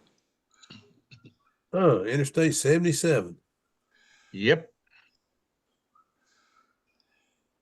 I had a truck throw a Yeah. spark plug off the ground into my windshield. You wouldn't think you could see something that fast, but I saw it plain as day. Champion spark plug. Back in the 60s, I was into Los Angeles on the freeway there, going right by Gopher Gulch, the Whittier Narrows. Right in that area, there was a big 18-wheeler up in front of me, and one of those tires came off. Oh, geez. And you know, it came off, and the cars are not bumper to bumper, but they were, you know, it was pretty packed. And that darn tire hit something, bounced like 40, 50 feet in the air. It came down and landed right in front of a car, bounced up over the car and into the ditch, and it ran into the fence there right by where the combat circles are at Whittier Narrows. God, yeah. I don't think most people saw it. Wow. Nobody slowed down, nobody checked. It just kept going. Welcome, Brandon and Angstrom. Hey You everybody. know what? Hey, What's up? Well, some people probably saw our post out there, but you know, with all this winter weather, we haven't been able to get much flying up. But right before the big snowstorm back in early January, up until this week, with our Raptor, we've been trying to get the prop and spinner to stay on with the collet, and we've tried a couple different spinners. We've cranked down hard on the collets. We went from the cheap Amazon stuff that I probably got before. So we bought collets from Innovative Designs, you know, with Lucian Miller. I mean, You tried blue Loctite? Well, that's what we've come around to. Go for it. We kept throwing the spinner and the prop at probably 6-7 times. One time it was real hairy. We were inverted, so he had to land that expensive plane upside down, and it did crack the canopy. But thank God it didn't break off the back end of the plane or anything. Yeah. Yeah, it's been hairy. Like, you know, he's scared to death that every flight he's going to throw a prop. But yeah, we got on the horn with people. We called Innovative Designs, Lucian Miller, and kind of asked around, and we went with rubbing the what is it, the I don't know, the 5mm post out of the motor. We used sandpaper, like a 300 on it, and went in circles is what we were told. Right. Then we used the rubbing alcohol inside the collet and on the post, and then we put the blue Loctite on the flanges of the collet itself. And yeah, we had 4-minute flights, so we put 16 minutes up on it, and everything stayed in place. If that don't work, there's always green Loctite, but just remember, you put green on it, it ain't never coming off. Yeah, It's very set. It'll never come off. So yeah, so we were told with the blue that if for any reason we had to get the collet off, that we would use a butane torch, and that should help loosen it up enough to get it off. Absolutely. But then I guess the other question I have is that it's not like we can just leave this prop on there and get it over to Australia. When we pack this plane up, we're going to have to take the prop off. So the collet can stay on the airplane. What's that? The collet can stay on the airplane. Correct. So my question becomes is when I release some of that pressure by taking off the, you know, all the stuff that locks it down, is the Loctite and all that stuff still gonna, squeeze It's enough or glued, be man. on It there? ain't going nowhere. Okay. So I was worried that by You- taking the prop and the nut off and all that stuff, that it was just going to loosen it up enough that, now I'm back at square one where, It could, but don't worry about it. When you get to a Perth, just blue Loctite it again. Or maybe put a hub on there. No blades. Put a hub back on. yeah, just take the hub off a prop and put it on there. Put compress the it back spinner on it to protect it. Yeah, that'll work. Yeah. Yeah, Yep. we Just actually cut talked. 2 blades off of an old prop. Yeah, that's what I talked to Angstrom about. I said, hey, we got a whole box. I mean, I've been collecting every prop we ever broke, and we got quite the box. Plenty. We got But plenty. yeah, just put a hub on there. Yeah. I got a question. How's that smoothie coming along? We're still covering it here.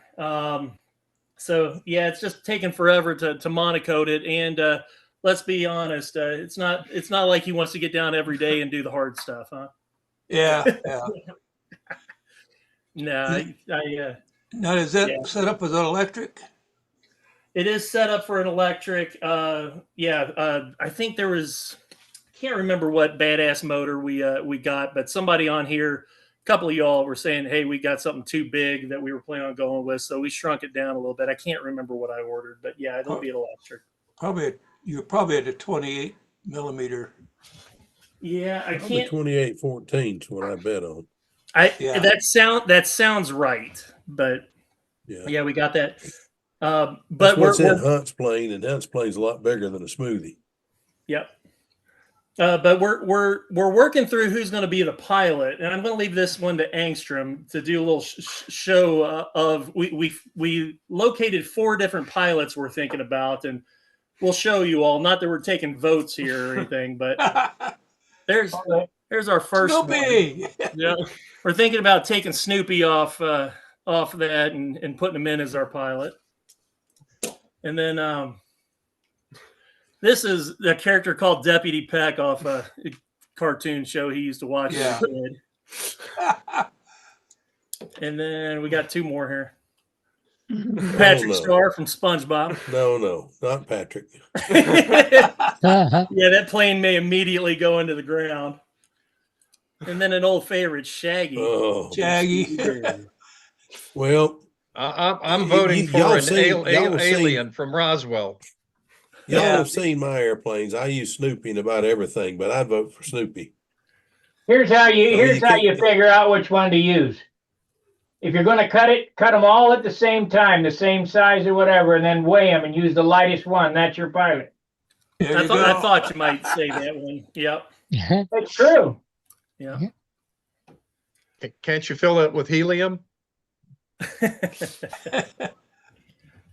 Yeah, but I've been accusing Tom Looper of doing that for 40 years, filling the whole airplane with helium. He builds a plane that's so light. I build the same airplane, and I'm 10 ounces heavier than him. So yeah, but hopefully the prop stays on because we got to get to some training. But how can you fly with any confidence if you keep thinking the prop's going to throw? yeah, that's true. That's very true. Well, this one should fly well because you got it painted in bronze dog colors. So Yeah. I tell you Hunt what, should- though, Hunt on should that approve. spinner, try to get you, just take it out a couple more times and just get you 3 or 4 takeoffs. Just takeoffs and 2-minute flights. And if it stays on, what makes them bust loose is the sudden start and the sudden stop. Mhm. The torque going both ways from the sudden start and stop. If it stays together through that, I mean, let Angstrom do a couple wing overs or something, because I've seen his wing overs. He's pretty stout.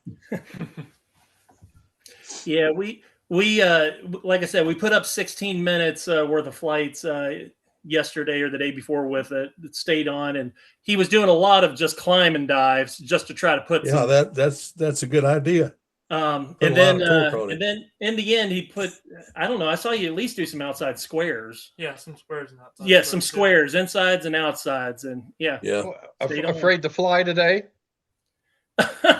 Yeah, my windsock My windsock 22 barely gusts in the survived 46 down here. Crazy. 46. 22 gusts in the 46 today registered. Wow. Yeah, Yeah. it was That's when I relentless. leave my stuff in the car. It was relentless. 69 degrees too. Oh man, perfect Wait, weather, perfect And temperature, snowing but Sunday terrible night. weather. It'll snow Sunday night. That's what they're saying about here. We're planning on weather turning to poop tomorrow. Yep. We've already planned to go flying in the morning, so unless it's doing something, we're going to fly. Better do it early. Oh, instead of being there at 10 o'clock, everybody's saying 9 o'clock. I figured it'd say 8, but they said 9. No, that's a Brodak smoothie, right? I can't remember. I threw away the box. Well, I think Brodak is the only one making a current copy, a current smoothie. The other would be Dubro or Vico. Vico. There was another one that took over Vico. What was the name of it? Dumas. Dumas, checkerboard. Did you have checkerboards on the box? Do you remember if it had? I don't remember. Yeah, don't remember that. I don't think so. Okay. Had a picture of Bob Palmer on there though. Yeah. It probably was at Dumas. Well, if that's My the Dumas had Brodak one, Bob that's on the it. one I worked with Bob on to get the plans drawn up. That's How old was he in the picture? I don't know. I think Bob was born old. Yeah, I wasn't around during the times of Bob, so I don't know if it's young him, old him, what him. Well, you've seen people before. It's a young person or an old person. He looked old. He looked old. Yeah. Okay. Well, it's not the Vico then, probably, or the Dumas. It wasn't old then. Aren't some other ones made like Well, Control Line that makes sense. Classics or some of the other But guys my were kid making is a kits? Vico. Yeah, Control Line One at a Classics. time. Yeah. Jeez. We get excited there, Sparky. You know. Yeah.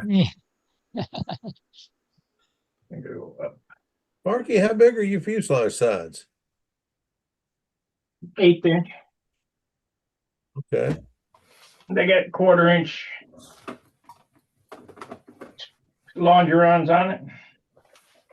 Ah, okay.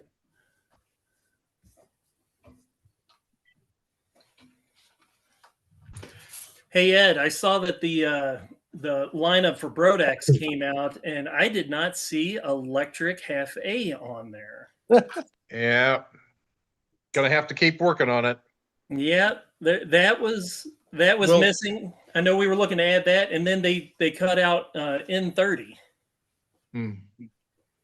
They cut in 30. Yeah, Oh, they condensed it by a day, and they cut the N30 and went with a day of classic and old time stunt both on the same day, Right. which was not like those. Used to be a day of N30 and classic, and then the next day was old time stunt. Right. Yeah. Well, hopefully we'll have several airplanes to fly Electric Half A and see how it does. And we'll that. just go out there, have fun. Yeah. Nothing else. Yep.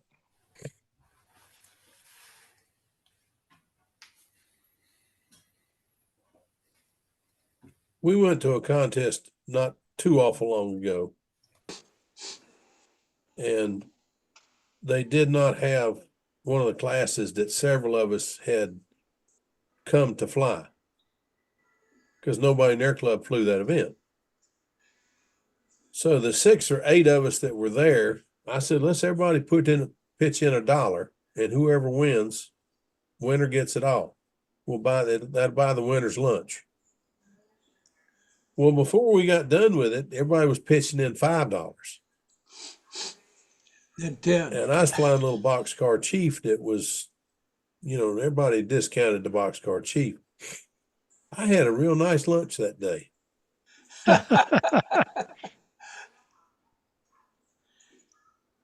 It was one of the few times I ever beat a couple of the guys there that are very good flyers from this area.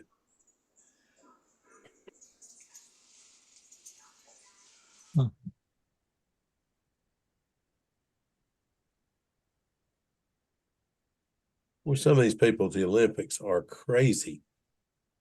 Yeah.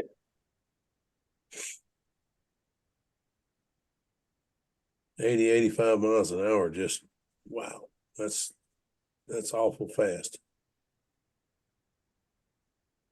Hey, Brendan, did you hear me talking about air tags the other day? What is it? Air tags? No, I don't know what that is.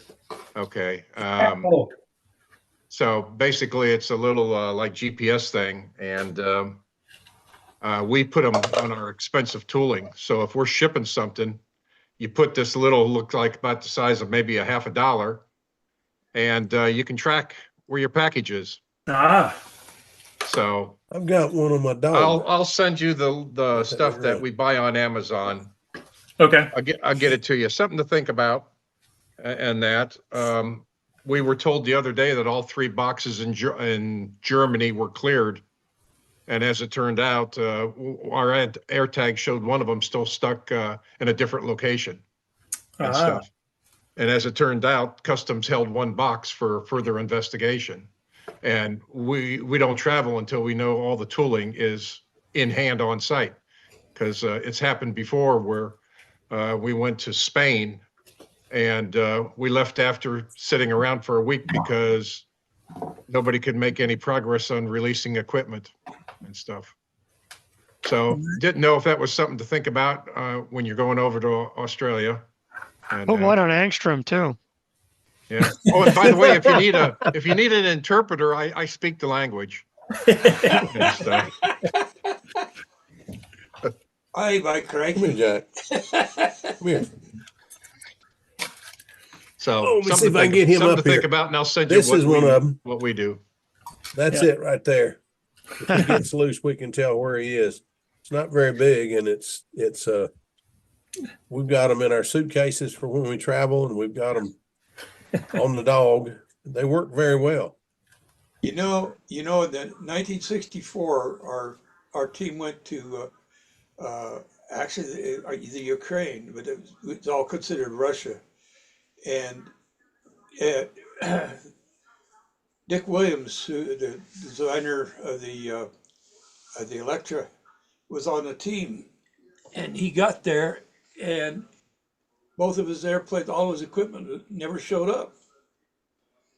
And so there he is. He's there, and he's got no airplane to fly, no equipment, nothing. And all he could say, "We don't know," you know. That's right.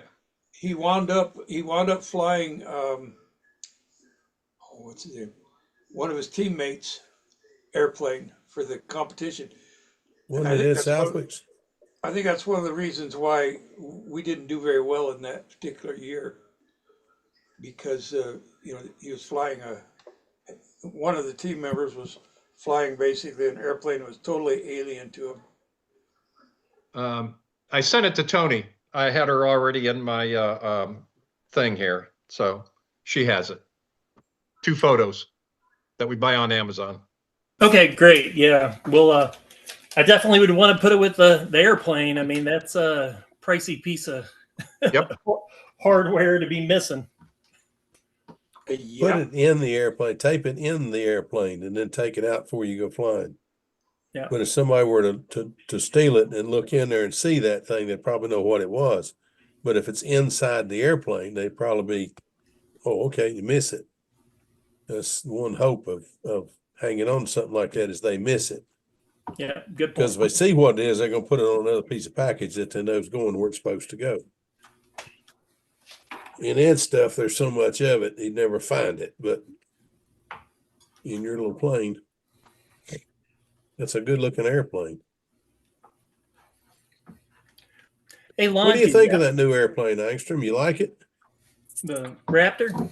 Yeah, so far I haven't had too much, flying with it, but so far, yeah, I've liked it. I thought it's been pretty good. Yeah. Yeah, that's everybody that I know that has flown those things, Axiomas or any of those planes, they're all pretty close together. Everybody really likes them. It amazes me that basically one design, they all look alike. Whether it's a Shark, Axioma, or what, they all seem to fly very well. Yeah, I'll say from the limited stunting I've seen with Angstrom, I mean, he really hasn't you haven't even put up a full pattern with it. It looks good, but there's no confidence with it. And again, especially with throwing the prop and the spinner. And I keep hearing rumblings of like, hey, we may just need to look to take Dennis's plane over the Spree, the one that got us to team trials. And I mean, I don't know. I can see how the mind's there right now because he knows that plane is comfortable with that plane, but it's a bear to ship over there, and we already had a shipping nightmare bringing it back from California where they broke it. So, yeah, definitely. Where did it go? Fix the problem and gain confidence. Yeah. Just fix the. I mean, a prop coming off. There's obviously something going on. I haven't heard of too many people that are throwing that many props. So they're just fix the problem and then get confidence with the airplane. Yeah, I do have one. We seem to have one thing to think about. If you have another prop throw problem, instead of taking the shaft and going around it this way, get some rougher sandpaper, or what I did. Everybody told me what in the devil have you got? Oh, it's a cat. I took a knife and grooved long way out the prop nut or the prop shaft. Grooved out and made it where I got it out big enough that the thing didn't fit on there very well. I had to push it on. But when I pushed it on and tightened it down one time, it's never come loose again. Now, you've already used Loctite on it, so you shouldn't have any more trouble.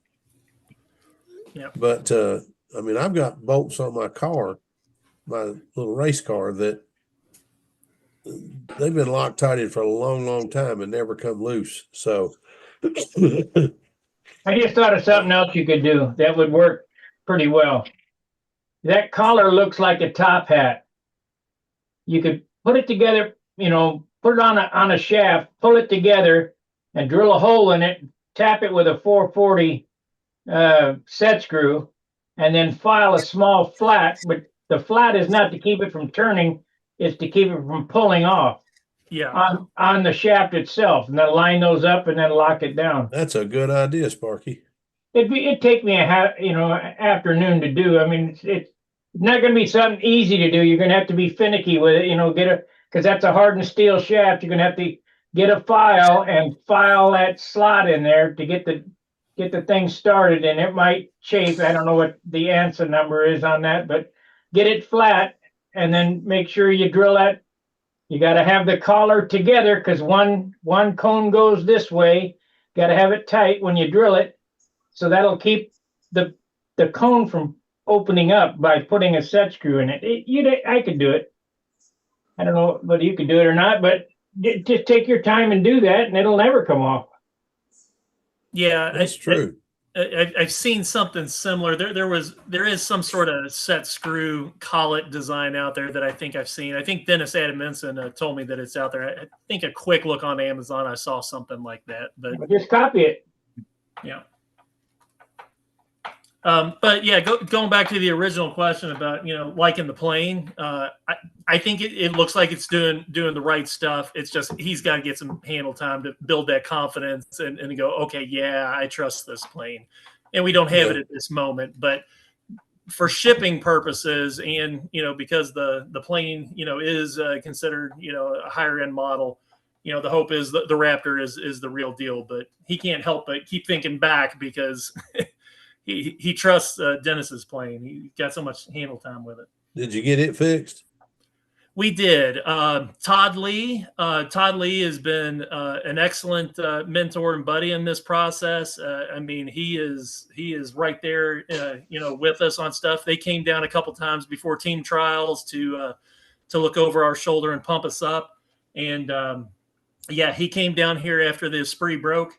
And showed us the glass cloth. Yeah, we'd never seen a glass cloth fix. He came down here and just really put it together, and we got some practice flights, and yeah, it's in good shape. He did a fantastic job. He is a good one to watch because he is a master. Yeah. He's something else. When do you Yeah. have to leave for Australia? We're going to be leaving April 25th, I think it is. So just a little over 2 months. Didn't Howard come in? Is it on He there? was here for a little bit. Howard, where are you? He must have Might be popped out. having dinner.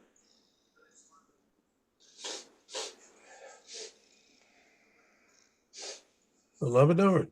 He's not there now. Alexis must have kicked him off. Yeah. Well, I hope he'll come back. It's always good to see him. He's a wealth of knowledge. I got a question on YouTube or live chat.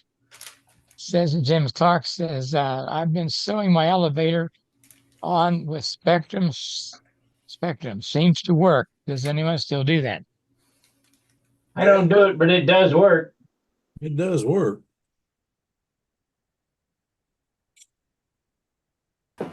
Kevlar, Spectrum, monocoat hinges, all that shit works. Yeah, they did it for years and years. Yeah. Just be sure you drill the holes, CA the wood, get it good and hard, and sand it, get it smooth before you start running that through there. You shouldn't have any problem at all with it. I carry Spectra and a sewing needle in my combat box and sew combat elevators on it, doing field repairs all the time. Yeah. Or Tyvek tape. Tyvek tape is really good to make hinges out of. This stuff here that they wrap houses with. You can overlay 2 pieces back to just a 1/4 inch overlay and then make them as long as you want. That's a great field repair. You wouldn't want to do it on a stunt plane, but on a combat plane, if it means a difference of having a repaired model or not, you don't care. You just do it. Whatever you can use. Yeah, they don't judge combat planes for beauty. Nope. Thank you. You're welcome.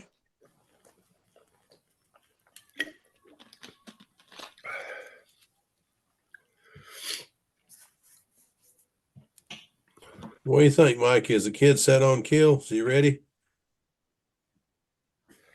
He's ready, man. I don't think you were here when we just got back from Dallas this weekend. We went to Dallas with the rest of the team, and he flew 30 matches, and he was holding his own against the guys. So he's good deal. He's good. We're just we're hoping to go out Sunday, but we had 67 degrees today, but it's going to be, I think it's only going to be 40 on Sunday and then 35 on Monday. Yeah, you're getting. I don't know if it's above 40. We'll probably still go out. If it's above 40, we'll go. Because we're trying to fly every day that we can, either here or go to the field. Well, that didn't work. I'm kind of in packing mode right now. I got to build a box for his airplanes, get all his engines cleaned up, and then lay out all the nuts and bolts and washers and props and everything we're going to need, all the repair stuff that we're going to take, because he's only taken 10 airplanes, and you cannot borrow airplanes at the Worlds in combat. If you run out, you're done. So 10 airplanes is 5 rounds. Even if he loses 1 airplane each round, that'll take him to 7.5, 8 rounds. But we may have to do, hopefully they're not totaled and there's stuff we can just do quick field repairs on. I don't want him running out of planes, so we're going to have to be able to repair stuff while we're there. What the hell was that? Sam's texting me from work. Oh. Apparently all hell broke loose. They lost the hot water, and he said the deep fryer just went out. So he said he's having a time at work tonight. No French fries for you. No French fries. No Pepsi. Just Coke. Yeah. Hey Mike, is there a junior component of the combat there in Australia? Yeah, Sam. Well, no, I'm just saying, like, are there other juniors? Like, is there, in the F2B, there's a junior grouping, Oh yeah. in the scoring. Okay. No, yeah, they'll be.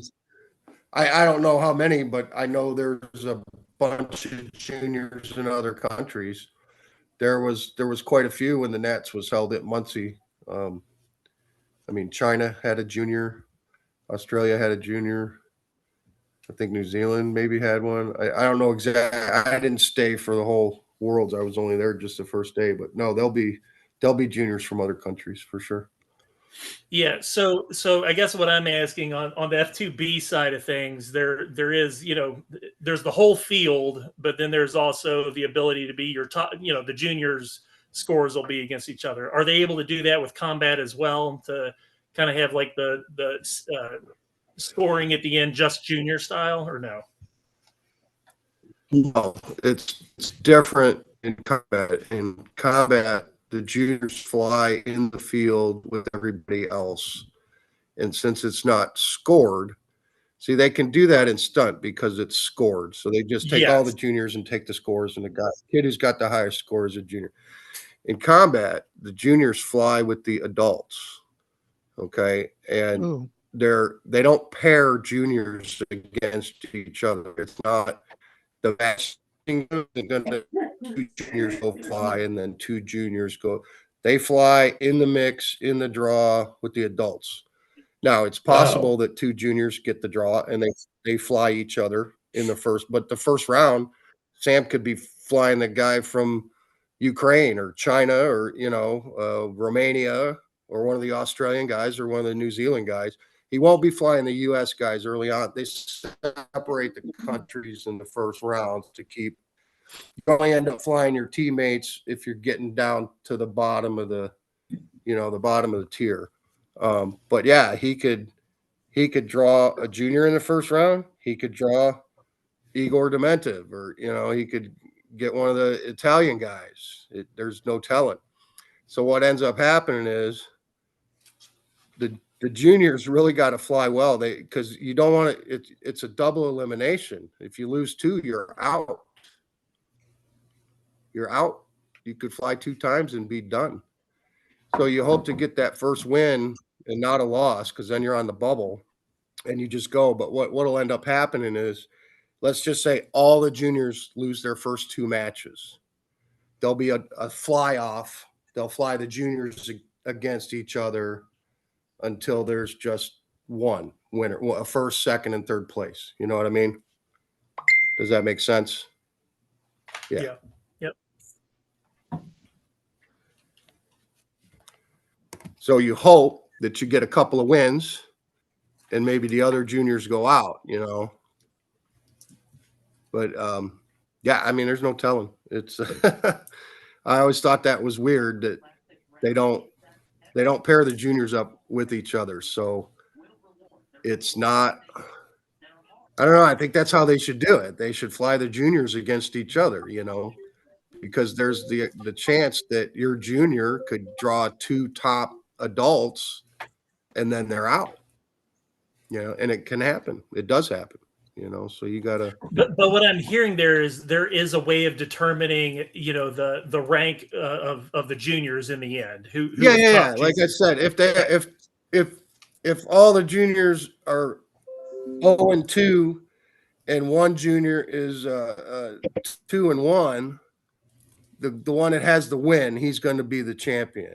They would all have to be 0-2 for it to be a fly off. If they all got put out, they would pair them up and do a separate little bracket for the juniors. That's the only way the juniors would fly each other, is if they were all tied after elimination. Right? Does that make sense? Yeah. If they were tied after being eliminated, they would have a fly off to determine a winner. Yep.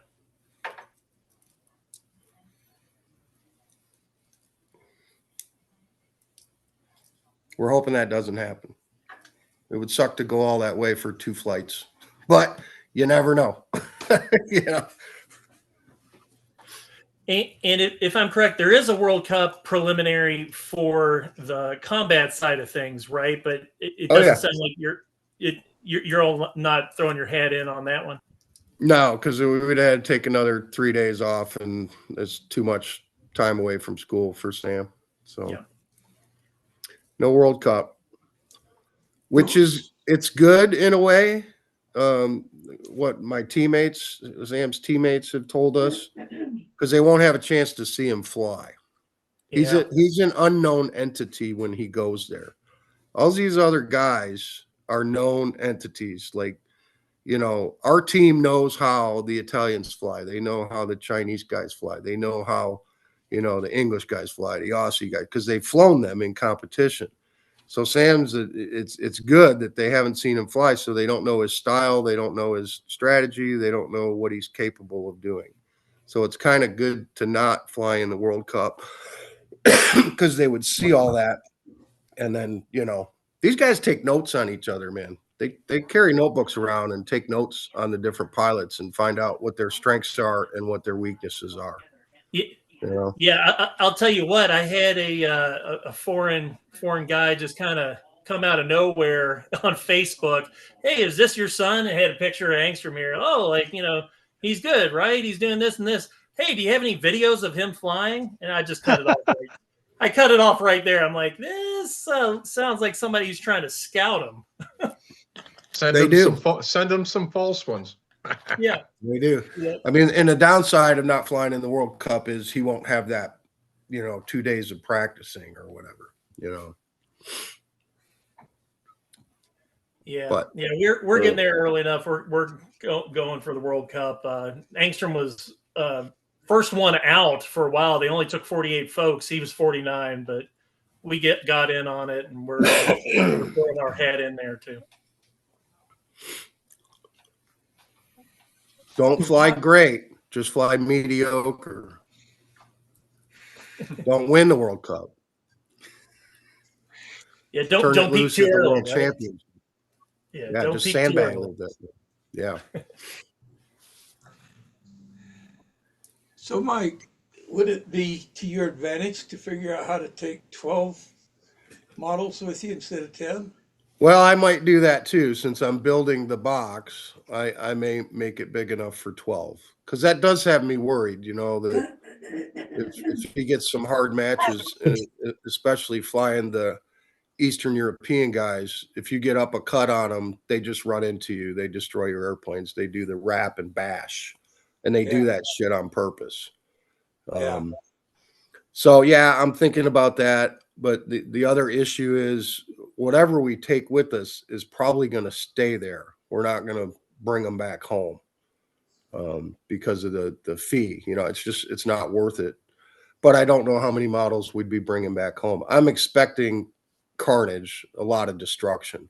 Yeah. So I may bring 12. Well, I'm just thinking it'd be terrible to get where you got 4 or 5 flights left to go and be out of airplanes. I don't think we'll get that far because the team is great and we're bringing stuff to you can build one model out of 2 if you have to, and we'll do that stuff. Well, I know you will. It bothers me that you're only able to, because I know you show up at most meets with 20 or 30 airplanes. Well, no, not that many. Maybe for all the classes, yeah. Yeah. But I mean, what Lester and the other guys have told us, to be a world champion, you're probably going to fly 8 or 9 rounds to get to the end, depending on how many people are in it. But that's like the average. You're going to expect to get to the end, you're going to have to fly 8 or 9. So that's, 16 airplanes. If you lost both airplanes in every match, Yeah. which that generally doesn't happen. You can count on probably losing 1 per match, So we'll see. I don't know. I know you'll do the right thing. I mean, in Kansas City, Sam flew 10 rounds with 3 reflies. And I think we only lost 3 airplanes in Kansas City. And he flew Wow. 13 matches and he only lost 3 airplanes. And there was, 20, 24 guys there, 26 guys. Yeah. So, but you never know. You could lose both airplanes every match. It can happen. There's a lot that can happen. Yeah. Well, wish you guys the best of luck. We'll build them on the field if we have to. I'm bringing everything I need, and there's enough. You can scavenge parts off one to build another one, or take 2 or 3 to make one if you have to. Right. But you can't borrow, can't swap, can't do any of that. All your airplanes. I mean, the stunt guys got to check in their airplane too and get the FAI sticker and all that. Well, in combat, every airplane you're going to fly has to get checked. Safety inspection and gets the FAI sticker, and you can't move that sticker from one airplane to another. You're not allowed. Yeah. That's exciting. I'm glad you guys are able to do it, but Yeah, what I may do is, he's got 20 brand new airplanes. Maybe I'll take 10 new ones, and we'll cram 4 repaired ones in there. That we don't care about leaving behind. I don't like the idea of leaving brand new airplanes there. Well, Dave says you sell them generally, but you get $20 an airplane, $25 an airplane. Okay, guys, let me shut this down on YouTube. If you're watching this on YouTube, we do this every Monday and Friday at 7 o'clock. And then there's an after party afterwards. Please like and subscribe. We're finally over 5,000. I think just barely over, but sure helps. So like, subscribe, and share this out. I'll see you tomorrow. Get on here live. And so, fair winds, tight lines. We'll see you. I got to check out too, so I'll see you guys Take care, Mark. Stay out of Monday, trouble. hopefully. There you go. I think I'm gonna go put an airplane together.